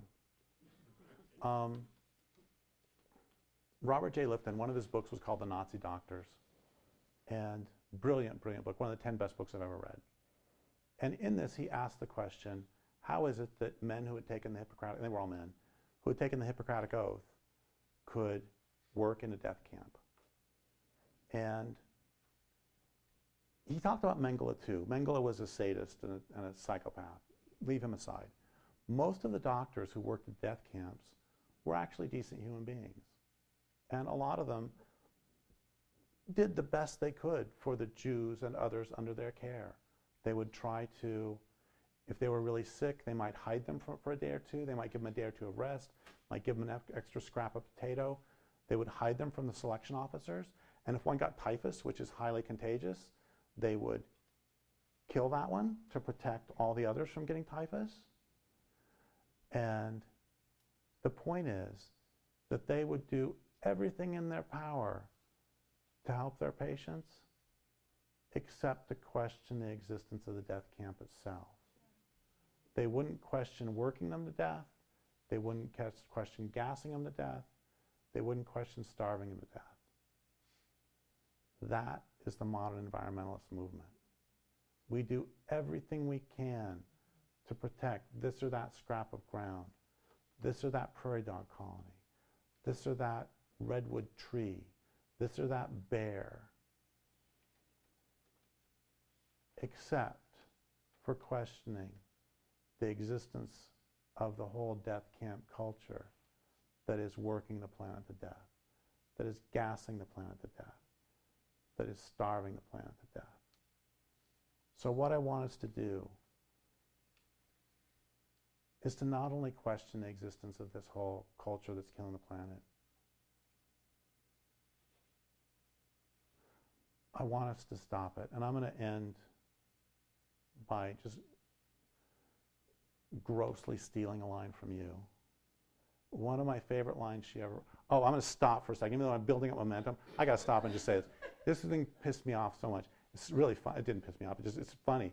Somebody wrote to me one time and circled a line. They sent me a copy of one of the pages of the introduction to Deep Green Resistance. And they said, this is my favorite line you've ever written. She wrote it. God damn it. Like, it's when in the editing process, you know, I wrote the rest of the introduction. It's like, here, we need another line. Yeah, I put like 5 paragraphs at the end, and that was the one. Yeah, it's the best thing you've ever written. And I am in no way bitter. Anyway, what I do on, so forget I did all that, and we'll pretend we still have a momentum to this serious end.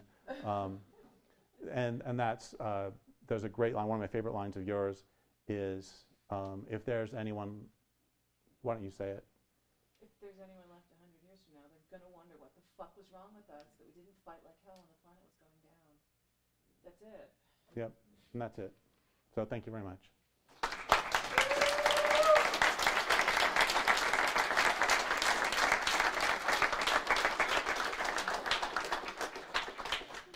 So what's the plan at this point? We wanted to open up Good for Q&A? questions for a little bit. What time is it? How much It's- time Should she close first and then we do? Oh, yeah, we have another poem. Or do you want to do? It's up to you. I don't know what feels right. I think we should do Q&A first and then poem. Let her have the show again. Yeah, Because she's gonna blow it. because I am not following you again. Once in a lifetime is enough for that. It is, what time is it? 3:10. So you want to go to 3:30? That's fine. Okay, questions?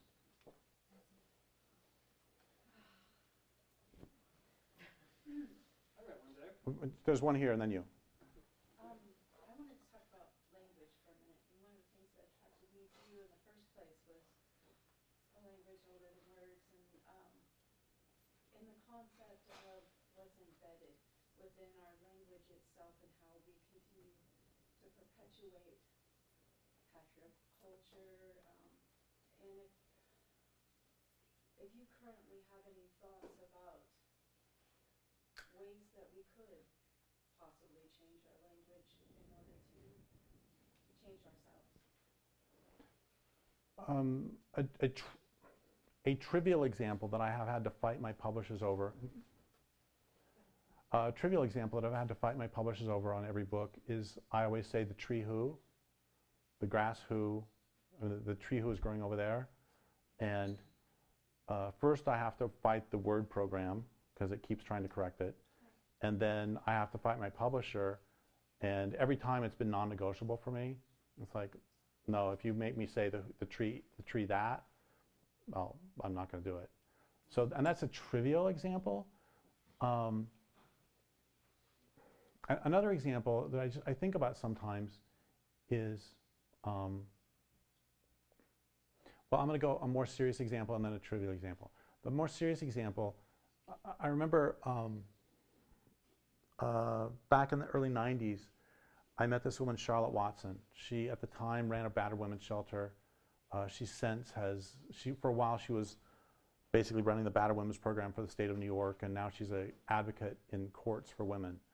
And she's an extraordinary woman. One of the things she does is she will ask every man she sees, what will it take for men to stop beating on women? So you get in a taxi cab with her, and she'll say, can you take us to Central Park? And by the way, what's it going to take for men to stop beating on women? It's like, do not get on the subway with this woman. And one of her answers is that she says women can't do it by ourselves. And in fact, women aren't the primary problem. The problem is men, and men need to stop it. And one of the ways men can stop it is by stopping socially reinforcing abusive behavior. And one of the examples she gave specifically was a man can say to it's very simple. A man can say to another man, I'm not going to play basketball with you because I just heard you call your girlfriend a bitch. So as long as you use that language, I will not play basketball with you. And when you've stopped playing and when you've stopped calling your girlfriend a butch, and when you apologize for it, then we'll go shoot some hoops. And I actually put this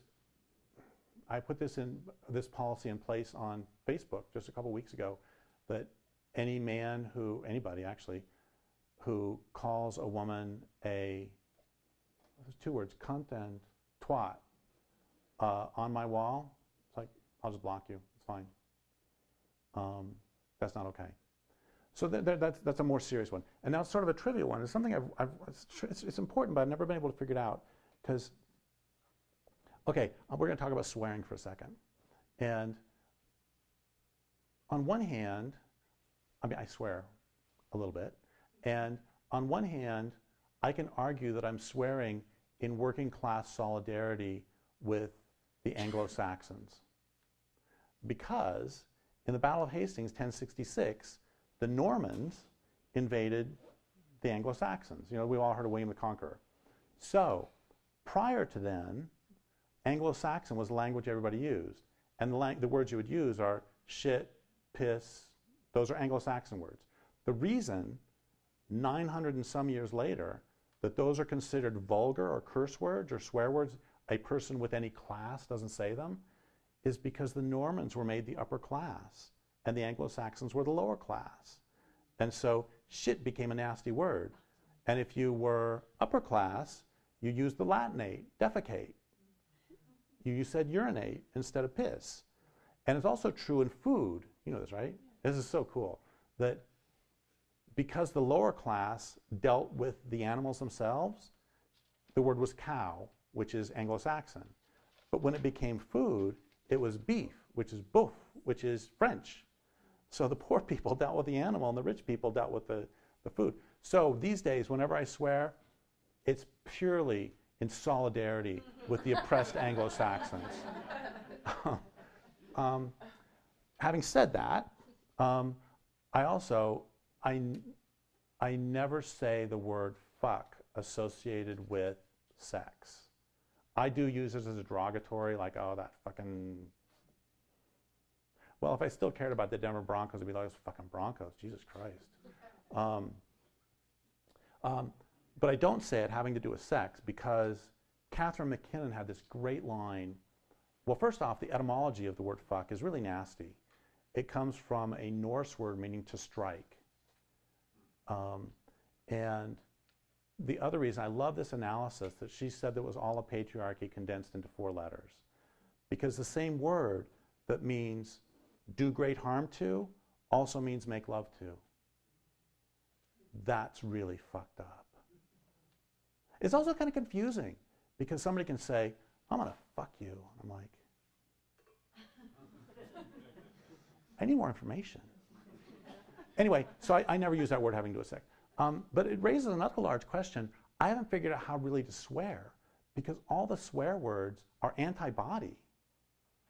Like shit. I mean, shit's actually a great stuff. I mean, shit is the basis of soil, really.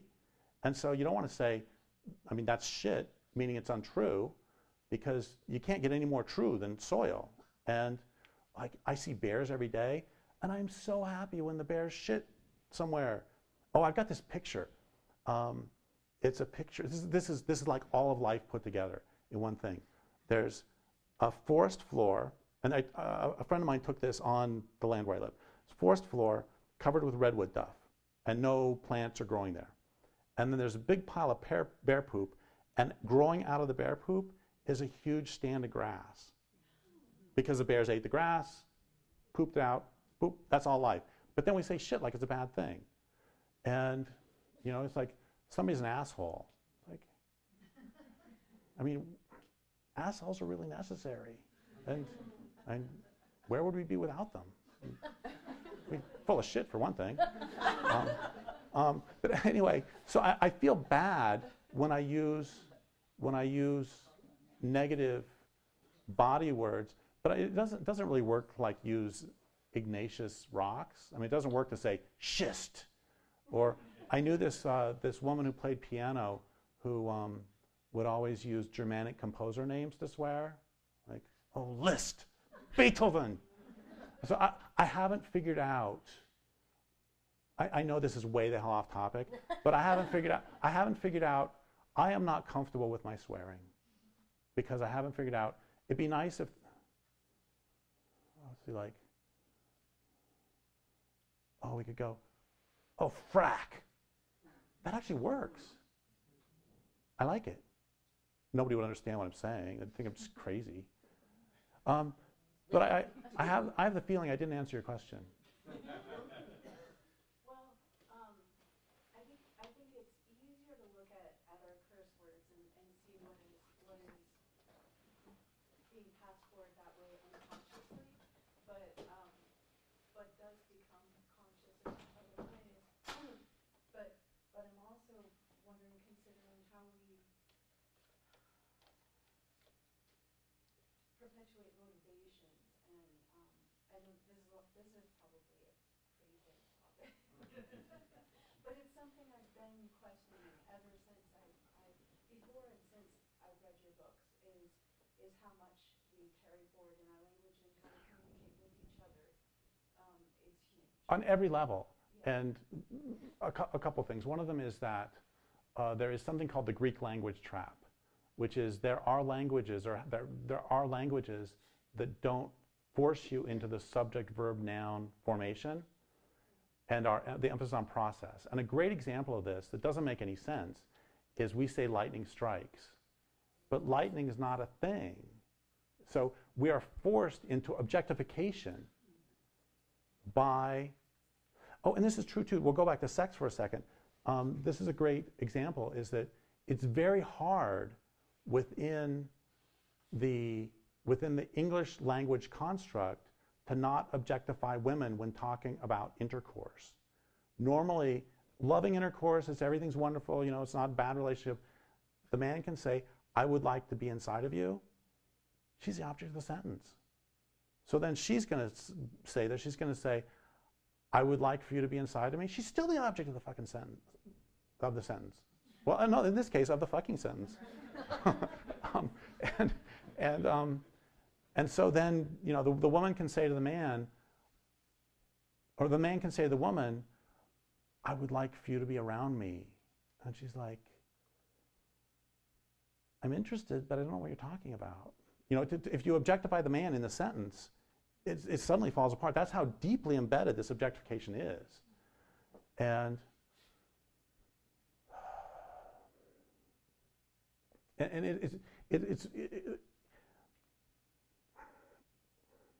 and I don't even know if I want to open this door. Do I want to open the door to the whole queer thing? No. Okay. I heard please over there. Did you say no, please, or please? Please, please, please. Well, see, there. Okay, this is. Yes, if no, she said please. She said please. Go ahead. Oh God. So.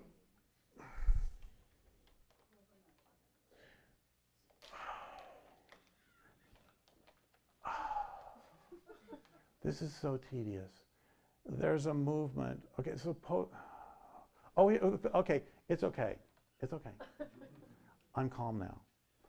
Because there's another lie that this culture tells that I was going to take, and like 5 times last night, it's like, Derrick, you got to write down this lie to talk about. It's like the most important lie, and I didn't talk about it until now. And it's that the most important lie of this culture is the belief that what we believe is more important than what's real. That is the most important one. So we believe we can have a green economy. By calling it a green economy, suddenly it is a green economy.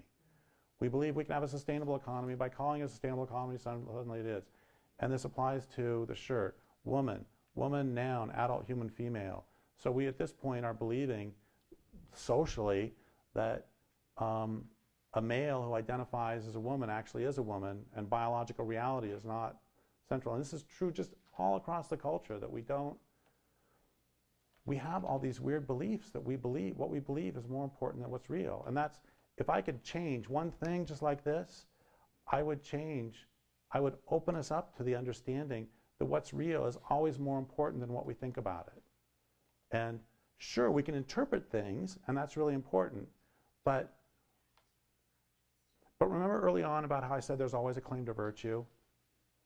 Okay, earlier I stabbed you with a knife, and now I'm going to punch you. Actually, I wouldn't punch her for many reasons. One, she's a good friend. Also, she'd kick my ass. But so something happens and I punch you. I can say, I punched you because of this reason or this reason or this reason or this reason. I've got all my reasons for punching you. Great. But the fact is, the bottom line is I punched you. And that's where we need to start. And then we can build up. I mean, maybe I punched you because you punched me first, in which case we can talk about my justification. But the point is, we have to actually, I mean, law is based on, supposed to be, based on starting with what's physically real. And okay, one of my big moments in my environmental understanding, one of the things I've been tracking is the claims to virtue used by the Forest Service to deforest. And back in 1994, we have to cut down the forests because they're so sick. And if we don't cut them down, they will get sicker. Of course, if you do cut them down, they're even sicker yet. Okay, a couple years later, we have to cut down the forests because they're sick, and if they're sick and they die, then the wood will rot in the forest. A couple years later, we have to cut down the forests because they're too thick. There's too many trees in them, and we have to cut them down or they'll burn. A couple years later, we have to cut down the trees because beetles are eating them, and the beetles will eat all of them, and then we have to cut them down. And in California, they're actually arguing these days, okay, you know how forests will hold water? You know, the water lands and then it gets held, as you so wonderfully described.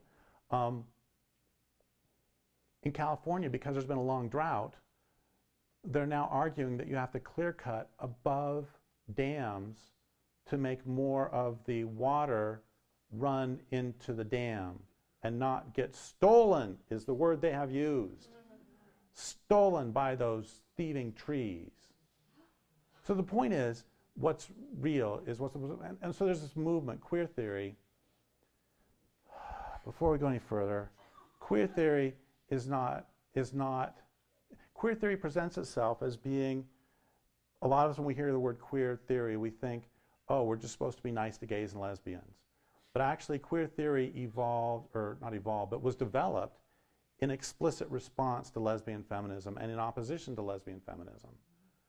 And queer theory, one of the things that it's based on is destroying all binaries and queering those binaries and queering the meanings of words, changing the meanings so that they no longer mean what they used to, which is why Lierre is so strong and I'm so strong that woman equals adult human female, because now they're saying that the word needs to change to mean something else, which doesn't actually change the oppression of females in the first place.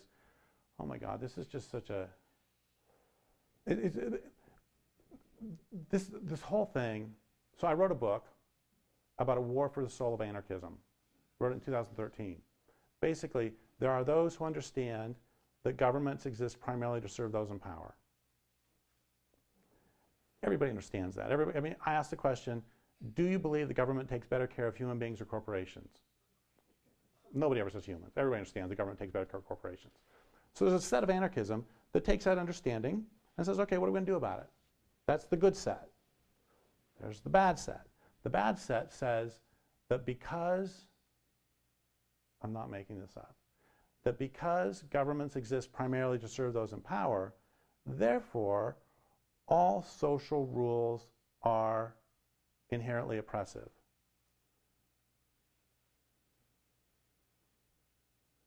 Such as social rules against pedophilia.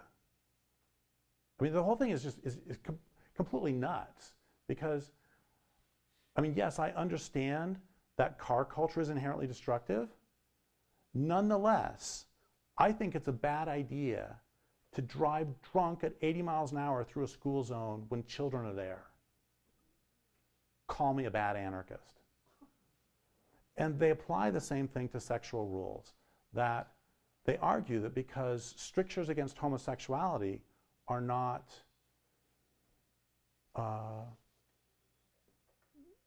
fair to those who are homosexual, therefore, and I'm not making this up, therefore all strictures against all forms of sexuality are inherently oppressive, as in fucking children. I'm not making this up. This is, oh God. If you want, sometime do a search for queer theory jeopardy pedophilia. I did that at a talk, and it's basically, you know, pedophilia for 100. Oh God. Basically, Michel Foucault, who's the godfather of pedophilia. That was a Freudian slip. Michel Foucault, who's the godfather of queer theory, he argued for the elimination of age of consent laws, as in down to infants. Not moving from 16 to 14, getting rid of them because they're inherently oppressive. Allen Ginsberg argued that young prepubescent children will get used to our lovemaking if only those hysterical adults would stop making everything sexy sound like rape. That's pretty much a direct quote. The founding document of queer theory by Gail Rubin, about 50% of it was an apologia for pedophilia. I mean, the whole thing is rotten with this bullshit. So the point is, I had a 15-year relationship with this publisher, and I've written lines like, every morning when I wake up, I ask myself whether I should write or blow up a dam. And I will say to the police in the back, I have not blown up a dam. Anyway, I've said all sorts of just outrageous stuff. You know, I've said stuff like today, you know, we need to stop them using any means necessary, blah, blah, blah. Nobody cares. I can write that. I write a chapter where I use the words of queer theorists to show that queer theory supports pedophilia, and he severs his relationship with me. Not only would he not publish that, he wouldn't publish Bright Green Lies. And I got dumped by other publishers for the same fucking reason. And one of the things queer theory does is just, I don't understand, this is another thing I don't understand about this crazy culture. I don't understand why queer theory is untouchable.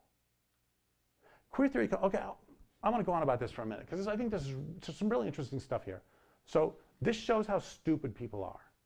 I got to admit, there are a lot of intelligent people, but I think collectively, we're just so fucking stupid. And I'm fucking stupid sometimes too, but I'm not this stupid.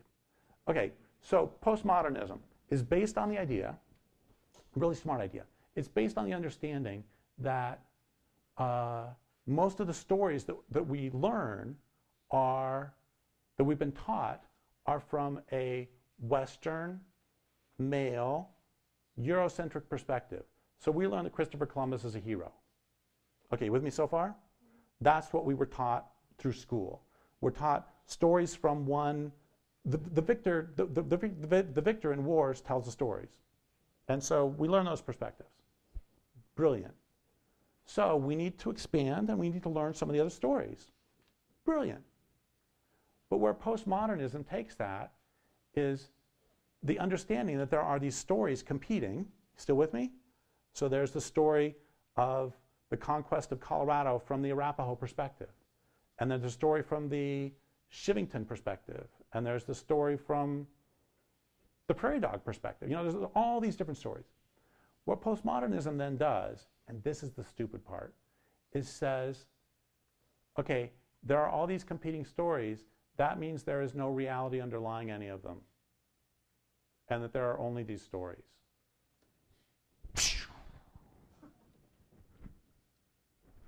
Where did you get that?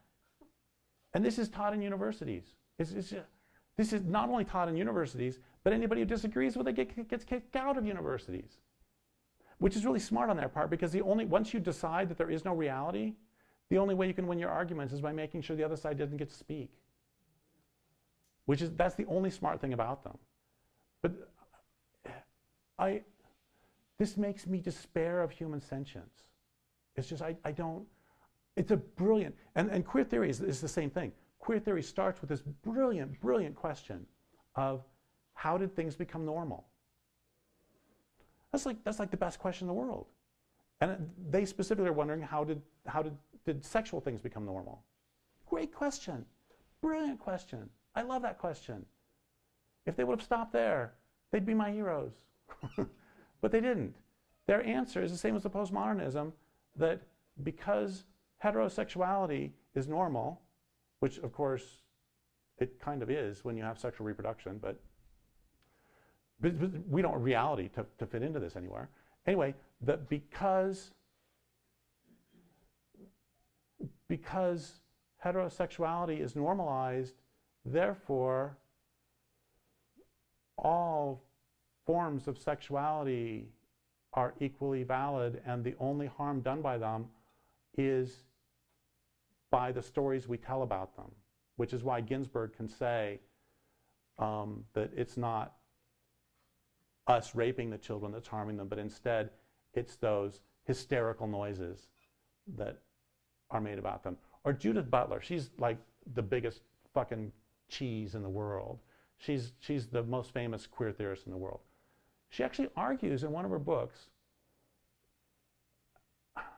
she argues that there are circumstances in which parent-child incest, in which restrictions against parent-child incest are themselves a violation of the child by denying that child's agency. And she argues that that it is not the parent-child incest that causes the harm, but instead the social stories and the stigma associated with it that causes the harm. And it's pretty funny because not even Judith Butler, she's like the most famous, she's incredibly influential, and not even she believes her own shit, because she was down in Brazil and she got, a whole bunch of parents got really mad at her for basically rationalizing parent-child incest. And she said, I didn't rationalize it. I don't know what you're talking about. And it's like, not even Judith Butler reads Judith Butler. Anyway, so let's go to you at this point. And God, sorry it took so long for... It's quite, I guess I'm trying to just simplify my question, which is just how do I connect to younger people about what needs to get done? I mean, it's really hard. I have 0 friends my age or younger who can even seem to approach this kind of radical analysis. They say it would just cause more problems than it would solve. You know, taking down power lines, dams, you know. Of course, it will create problems within inner cities, but as you say, people in the rural areas will see immediate improvement. It's hard to connect to young people these days. I'm just trying to reach out for more help. So I thought you were going to go a different direction when you said hard to reach out to young people, because of this thing I read several years ago that said the average young person these days spends 8 minutes a day outside.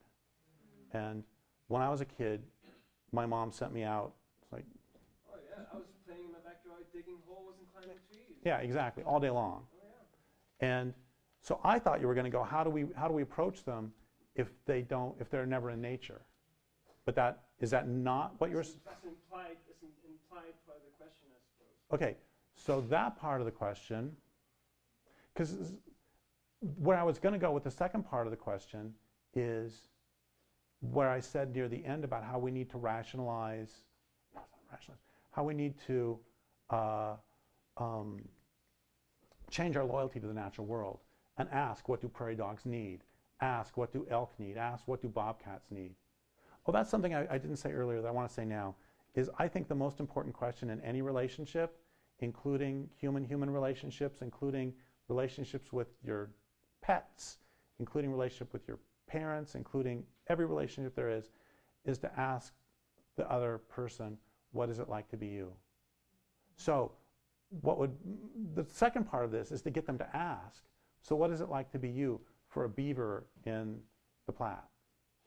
Or what is it like to be you for a meadowlark? What is it? That's where you eventually get to. But first, you know, I am not a huge...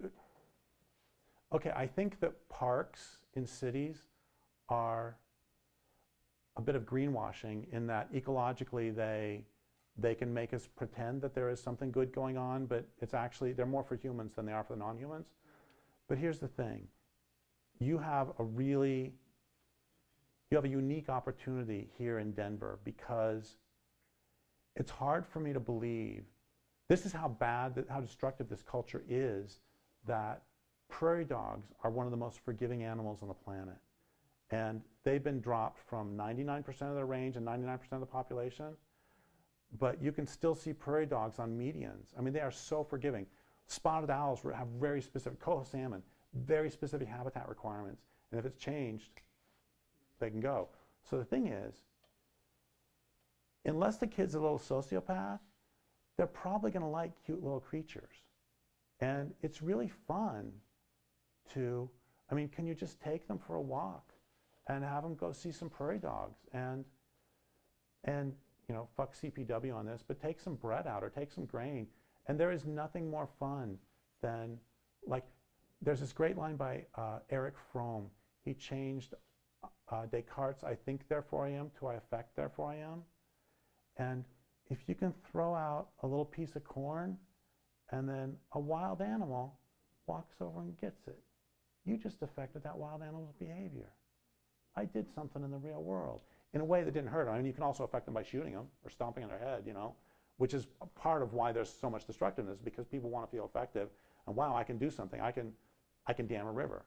But take them to a place, take them to a wild place. And it doesn't have to be Estes Park isn't wild, what am I saying? It doesn't have to be Golden Gate State Park. There are parks, like, can you name a park that has prairie dogs in Denver? Aren't there a couple? Yeah, I mean, most open spaces have it. Daniels Park has some of them left. They just gassed them a couple weeks ago. So here's the thing too, is that if they go and they fall in love with those prairie dogs, and those prairie dogs get gassed, you got yourself an environmentalist. Yep. So just help. That's all. I mean, anybody in Denver can drive up and down the road and see a colony with a for sale sign on it that's got food poison. So help them to fall in love with. Close to Denver, anywhere. And it doesn't matter. And it can be even just, I mean, cottonwood trees are lovely. And one of my favorite sounds in the world is God, I'm getting burned out. Meadowlarks. It's like, once you've heard a meadowlark, you have to fall in love with them. And so that's what I would do, is just either take them or see if you can figure out ways to get their families to take them, and just, it's hard to miss what you don't know. So let's do one more question. Thanks, Derek. My name is James, and I had a question. A lot of thoughts were coming up with whether, and you might get a kick out of some of them, but I'll save that for later. What I want to know is, like, when you were talking about the size of a tribe, I think it's called Dunbar's number? I don't know the number, but yeah. Yeah, it's like 150 or something like that, A couple weeks ago, months ago, Charles Eisenstein was in Boulder, and I asked him about that, and he says he doesn't believe in Dunbar's number. And it seems to me that, you know, a lot of this dysfunction comes because we're just so big. Also, inequality drives a lot of this dysfunction. But I'd like to know your thoughts on the size of tribes, of communities. Well, so Dunbar's number, I mean, I didn't remember the name, but the number he's talking about is the largest number of people you can have in one community where the community still has democratic social structures.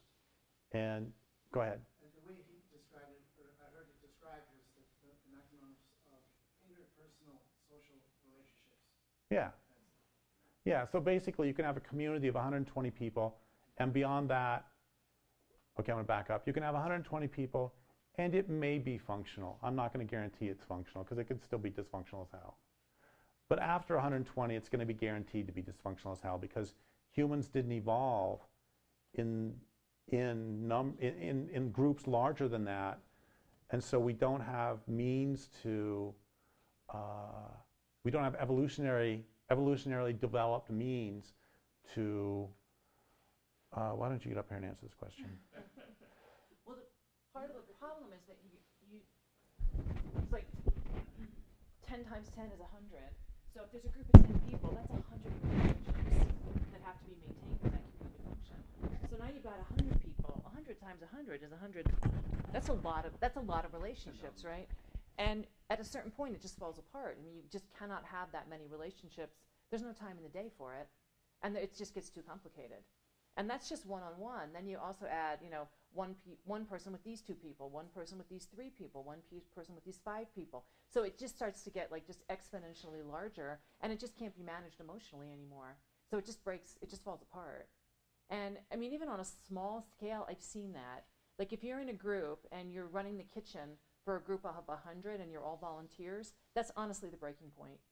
Like if it gets bigger than 100, it just can't be done. You have to have paid staff. And I've heard that from other groups, like the meditation center that I used to go to. They had volunteers when it was small, and everybody admitted the moment you hit it's going to be 100 people coming to meditate, you need staff. There's no way that many people can be served just with volunteers who are trying to just quickly form relationships and get work done. It can't be done. Like humans just aren't capable of it. And so that's the problem. And I think you're right about this sort of cantankerous nature of humans. It does help keep us in smaller communities. Because if you don't like it, generally speaking, for most of human history, you just left. You took the 10 people who agreed with you and you went down the, you know, across the hill to the next little range, and you didn't really have to see those people anymore. It wasn't that big a deal. But, you know, we saw it with the prairie dogs. Like, there's a few of them that are just like, I'm not that interested. And they've moved over onto Hannah's land, and they're sort of over here. I'm like, I get those prairie dogs. Like, they just got sick of everybody. It's like, we're going over here now. And that's just how social animals do their thing. But past that certain point, wolves, absolutely. And also, I mean, there's usually either the males or the females, when they hit puberty, there's a drive to leave. And I think in prairie dogs, you said it was the males who go. But in other species, it's the females that go. Somebody has to range, or else you're going to end up with not enough genetic diversity. So somebody's going to be compelled to leave. And I think that's part of why humans have conflicts. Like, you do need a little genetic diversity, or we're all going to end up with 6 fingers.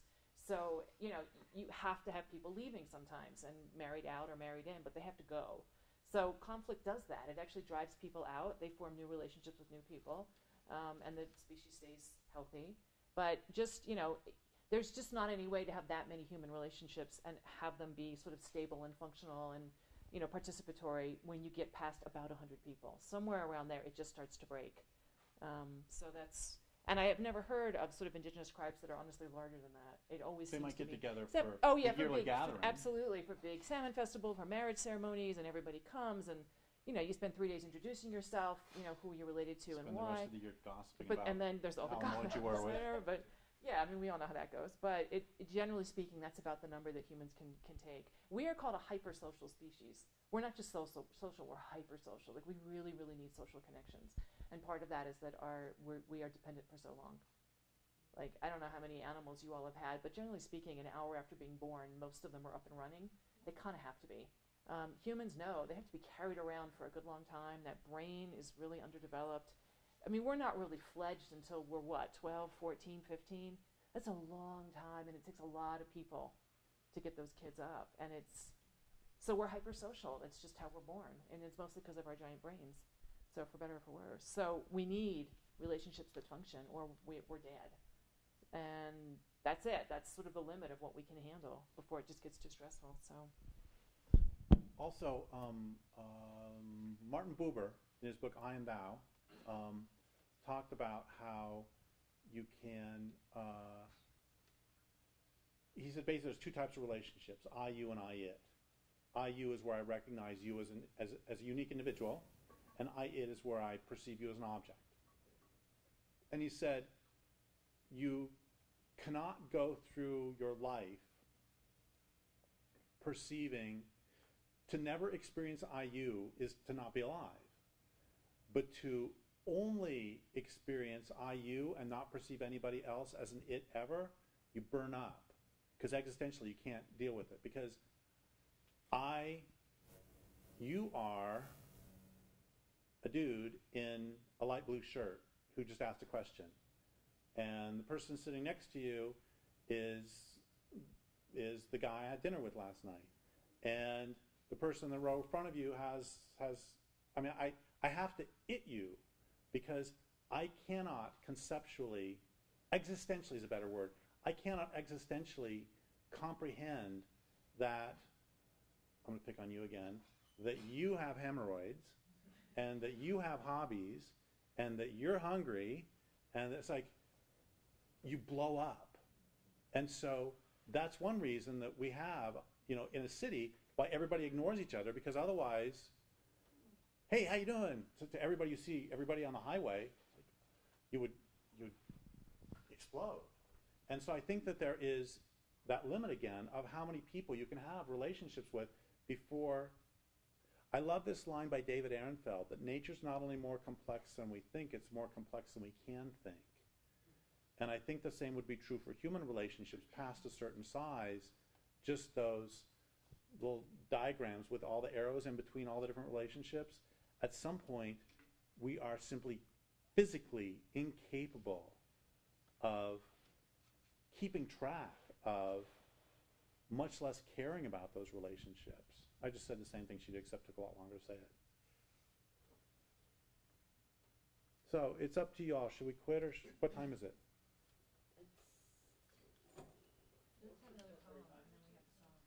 Oh, that's right. We have a poem and a song. So yeah, for God's sake, we have to have time for that. 3:47. And the event's over at 4? Yeah. Okay, so that. And that's, I don't think we're going to do the song now. Okay, so how long you want for your poem? As long as you want.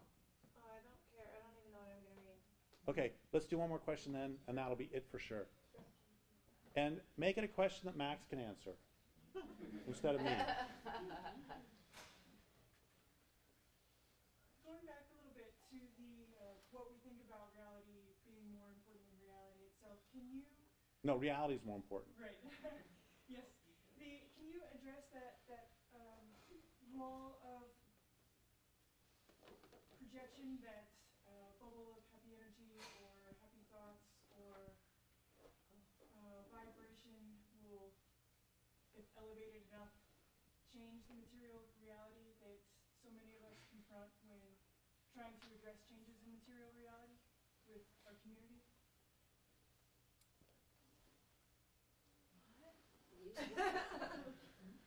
This is the 100th monkey question. This is the That she's wanting us to address. Yeah, I don't quite follow the question. Oh, that what so many of us are so often confronted with when we try to change the material reality around us with our community, when the people that we try to work with or convert them to radicals start talking about energetic fields or happy thoughts, and they think that if they just vibrate high enough that, you know, rape will stop, and that we don't have to really do anything in the real world, that we can just think it away. Want me to answer that? You should answer that, Why should I answer that? because you're sitting there with the microphone. No, I'm sitting here with the microphone ready to give it to you. It's just never. Here, you can sit down. I don't honestly think you can get through to people like that. I just, that's all we've got, really. If somebody honestly thinks that, they should go and dance and sing and just have a good life, honestly. They're not going to be useful as cadres in a serious resistance movement.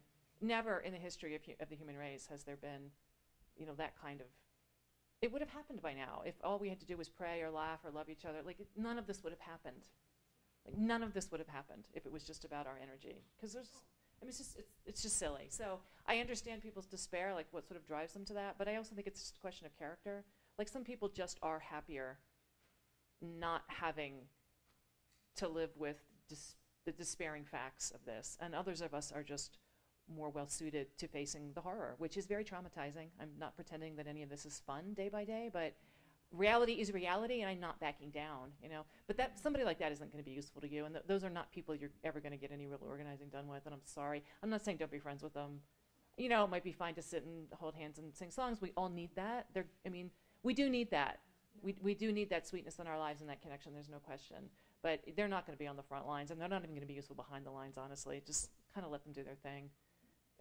When they get sick of it, a few of them may kind of crawl out of it eventually because it doesn't work. You'll be waiting, you know, to help them join something a little more useful. But I don't think until then, there's no point in trying to talk them out of it. It has to collapse on them first. The thing about that kind of optimism, though, they don't do well long term. This is psychologically true. The problem with super optimistic people is that they are completely unprepared for all the bad things that happen in life. Whereas people like me, who have a more catastrophic view of kind of everything is about to, disasterizing right and left, when bad shit happens, it's like, I don't have an existential collapse about it. It's like, yeah, I know. That's life. Like, bad things happen, you get up and you keep going. But for people who really think that if you think nice thoughts, nothing bad will ever happen to you, bad shit is going to happen. It is literally life. Even all of the political stuff aside, people die. People get sick. They have horrible cancers. Children die. It's horrible, And they're not prepared to handle it because they think if they think pure thoughts, the bad won't happen. And then it does, because it will. And they're just left in the rubble. It's an absolute existential collapse for them. Whereas for more realistic people, it's like, yeah, right, my mom's gonna die, my dad's gonna die, I'm gonna die. My lover will leave me, I'm gonna go bankrupt, like whatever. We know the bad shit that's gonna happen. And we're ready for it, more or less, because we didn't think our good thoughts were gonna protect us, because they don't. So, I mean, honestly, they may be very nice people, but they're not gonna be useful in a serious political movement. They're just not. I'm really sorry. I mean, I wish there was like a special formula. If you say these words, it will help them come out. It doesn't. Like, and they may keep going back to it even though they get cancer and even though the child dies. Like, it's still, they're going to keep trying because it makes them, they're hoping that they don't have to face, it's like the 4 stages of grief. Like, you have to go through it. And they're staving it off, like on a really global scale for them personally. There's not much you can do with them. And having Crohn's disease, having Crohn's disease and also being a public figure, I've faced this a lot with a large number of people over the decades have written to tell me that if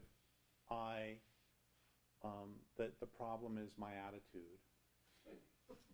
And it's a form, so I knew this one woman once. I dated this one woman once, but past tense is the key, and actually tense is also the key here, who refused to allow me to say the word incurable. Because if I say the word incurable, then that means that it is incurable. And I kept saying, no, it is incurable, which is why I say the word incurable. And it really pissed me off. And I couldn't figure out why it pissed me off until I talked to somebody else who had Crohn's disease. And she said, she had it right away. She was able to see it much more clearly than I was. She said, no, it took you probably 10 years to go through that grieving process to accept the fact that you have an incurable disease.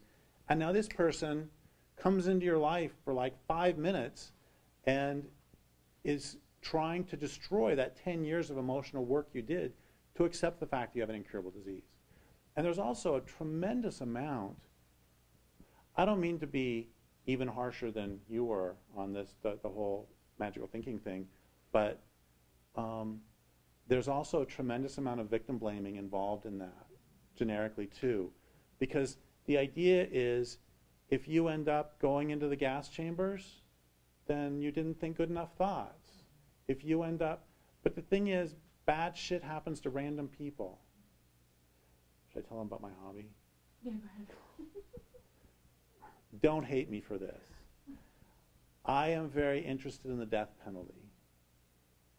I like reading about death penalty cases, and frankly, there are some nasty people out there. But the point is that there are a lot of cases where, there was one case I was reading about just last night, where this guy's just in his house, and it was a home invasion. He's watching TV. And a home invasion, 2 people came in, shot him, and stole $600 in his pickup. And they're now on death row. The point is that, was he thinking bad thoughts? It's like, sometimes, my mom just died last year, and the whole time she's dying of cancer, as well as taking her wherever I could to help with medical stuff, I'm doing all the good thought stuff. It's like, and thing is, we all die. That's life. That's literally life. And I need to say this, though, as long as we're talking about people dying, because sometimes people talk about that in terms of the world, and I just need to be explicit since we're talking about the world getting killed. There's all the difference in the world between an individual dying and a natural community dying. Zoe and bios. Say that, please. In Greek, there's actually two words that mean life, and one is Zoe and the other is bios. But one is the whole life community, like all the prairie dogs and all the prairie, all of it. And the other is just your individual life. So they got that there were two different concepts there. And one is, it comes, it goes. We die, someone's born, whatever. But the other is like the consistency of the natural world. That is life as a whole, and that's what we need to protect. That's what we'll always need to keep going. I love this line by Paul Stamets. I know we're getting off topic again. I love this line by Paul Stamets. Nature loves a community that, God, I got to say this. Next time somebody comes up to me and says, have you accepted Jesus Christ as your personal Savior? I'm going to say, no, I've accepted the planet as the communal Savior. Or something like that. I got to work on it. Like we were talking about not being witty in the moment. I thought until last night, 2 nights ago, revealing our family secret, I thought my sister was the wittiest person on the planet. It turns out she's not. She just told me this 2 days ago. I've known her my whole fucking life. Anyway, and she's like I can't tell how many times as a kid I come and I'd say something and she'd have some witty response right back. And it ends up that she's not actually witty. She thinks of them beforehand and waits for me to say something. And as long as we're doing this, I got to say that she got me in 8th grade in a way that I think. First, I have to say you are 7 years younger than I am, and that makes a big difference in how you see somebody coming. I perhaps was more predictable than. Anyway, I think this is a great thing. This is an absurd and great thing to end on. So, 8th grade, chemistry. Our teacher, I'm not making this up, this is completely how it happened. 8th grade, the teacher is teaching us about chemistry and he's teaching us about acid reactions. I go back to my sister that evening, who is in college at the Colorado School of Mines, and I tell her, today we learned about acid reactions. And she said, did you ask your teacher about half acid reactions? And I went into class the next day, and he's telling us more about acid reactions, and I say, excuse me, Mr. whatever your name is, why haven't you told us about half acid reactions yet? And he says, why don't you, I will tell you about them after class. So after class, I go up to him, and he says, where did you learn about half acid reactions? I said, my older sister. And he said, ah.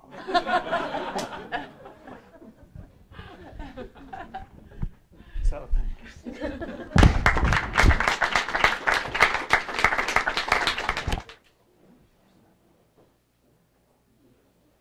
I'm just going to read 2 quick poems and get out of your way. How do you say American Dream in Nahuatl? You say Wounded Knee. How do you say American Dream in Japanese? You say Hiroshima. You say Nagasaki. How do you say American Dream in Zulu? You say Middle Passage. You say transatlantic slave trade. You say the mud in my mouth is the only tongue I know. You say I am all that is left of my people. You say I do not know where my people are. You say mass grave when they say Columbus. You say tyranny when they say founding fathers. You say this hurt is a languageless land. You say home is where the bodies are buried. You say I am the space between African and American. You say I live out loud in that hyphen. You say railroad tracks and shanty towns. You say ghetto and segregation. You say barrio and tenement. You say this is the story of my birth. You say English is a parasite I marry every morning. You say I don't know how to cry in English. You say my prayers don't work here. You say we pledge allegiance to the legacy of men who are celebrated for how they genocide. You say switchblade, you say machete, you say bullhorn, you say brass knuckles. You say Congo, which is the same thing as saying I remember everything. You say I am an unintended lexicon, an uninvented reckoning. You say witchcraft, you say Atlantic. You say wide road and tall tree. You say I am neither the dream nor its deferral, you say. I am the adjudication of my mother's ferocity, my grandmother's persistence, you say. Wherever I am, that is home, native and foreigner, betwixt and between the old world and the new, a bale of cotton and an iPhone. When you do not speak the language, you say, forgive me. I'm looking for my mouth. When I find it, everything's going to be loud. You say, I am a colonial consequence. You say, soy una guerrera, una bruja, una llorona. You say, this is a dirge from my mother tongue, unknowable. You say, this is a dirge for the language I cry in, the trench in my mouth and the journey out. Let it hold the weight of my becoming. Let it hold my weight. And the last one, song at the bottom of the boat. I heard that if you say drowning, mean it. Promise the wind what is left of your bones. Say bones. The erected totems pitched soundlessly in the dark wetlands of your body will want a proper burial. Promise a proper burial. Not premature or heavy, but thick and ceremonious, like the way you laughed with friends you eventually buried. The ones whose names dangle from all your unfinished poems. Say danger, and know it is an unremarkable road, a howling place you ruined your dresses in. Say your grandmother's hands, and watch your fledgling song lift out and out of the grave, an apparition of hymnals and unsuccessful curses. Say childhood, and catch each devastation by the throat. Say stepfather until you do not need to say it anymore. Until it is a limp and needless word, until it is just one more thing to bury. Say memory, and do not run from the meal. Eat what you can. Be full by morning. Say sunrise, and spend your flesh on it. Pull the slow tendrils of your personhood from each padlocked room you made a home in. Pirouette the sun if you feel like it. Let the sky be what it is. Soft, persistent halo, ready to turn mistakes to hummingbirds. Say wings. Say amen. Say black. Say girl. Watch the two come together like other resurrected things. Say this. Say the body is the algebraic precision of prayer. Say God if it suits you, and hear your own name echo back. Oh, sister, terrible sister, do you remember what it felt like to be born? To suffer the body for the sake of a dance? Say dance then. Say never again. Or say forever and plant your seeds. Bury your dead. Sing what songs you know. Tell the earth how plural you are. How fertile the soil of your heart. Say heart. Dear heart. Red, red heart. Has there ever been anything that could keep you from staying here?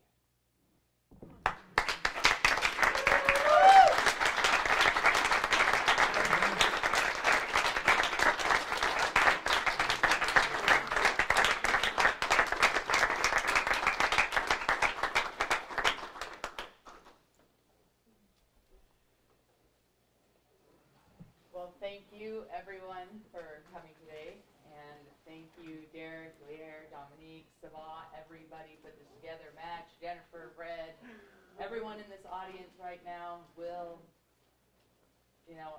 this Alex is, this meant everything to me, and I hope you took away a lot from it too, and I hope that we can use the words and everything that we heard today and put those into action and really fight for who we love, because if we don't, we are going to witness a loss of life on this planet, and that's too much for any of us, I think, today. Thank you, Jay.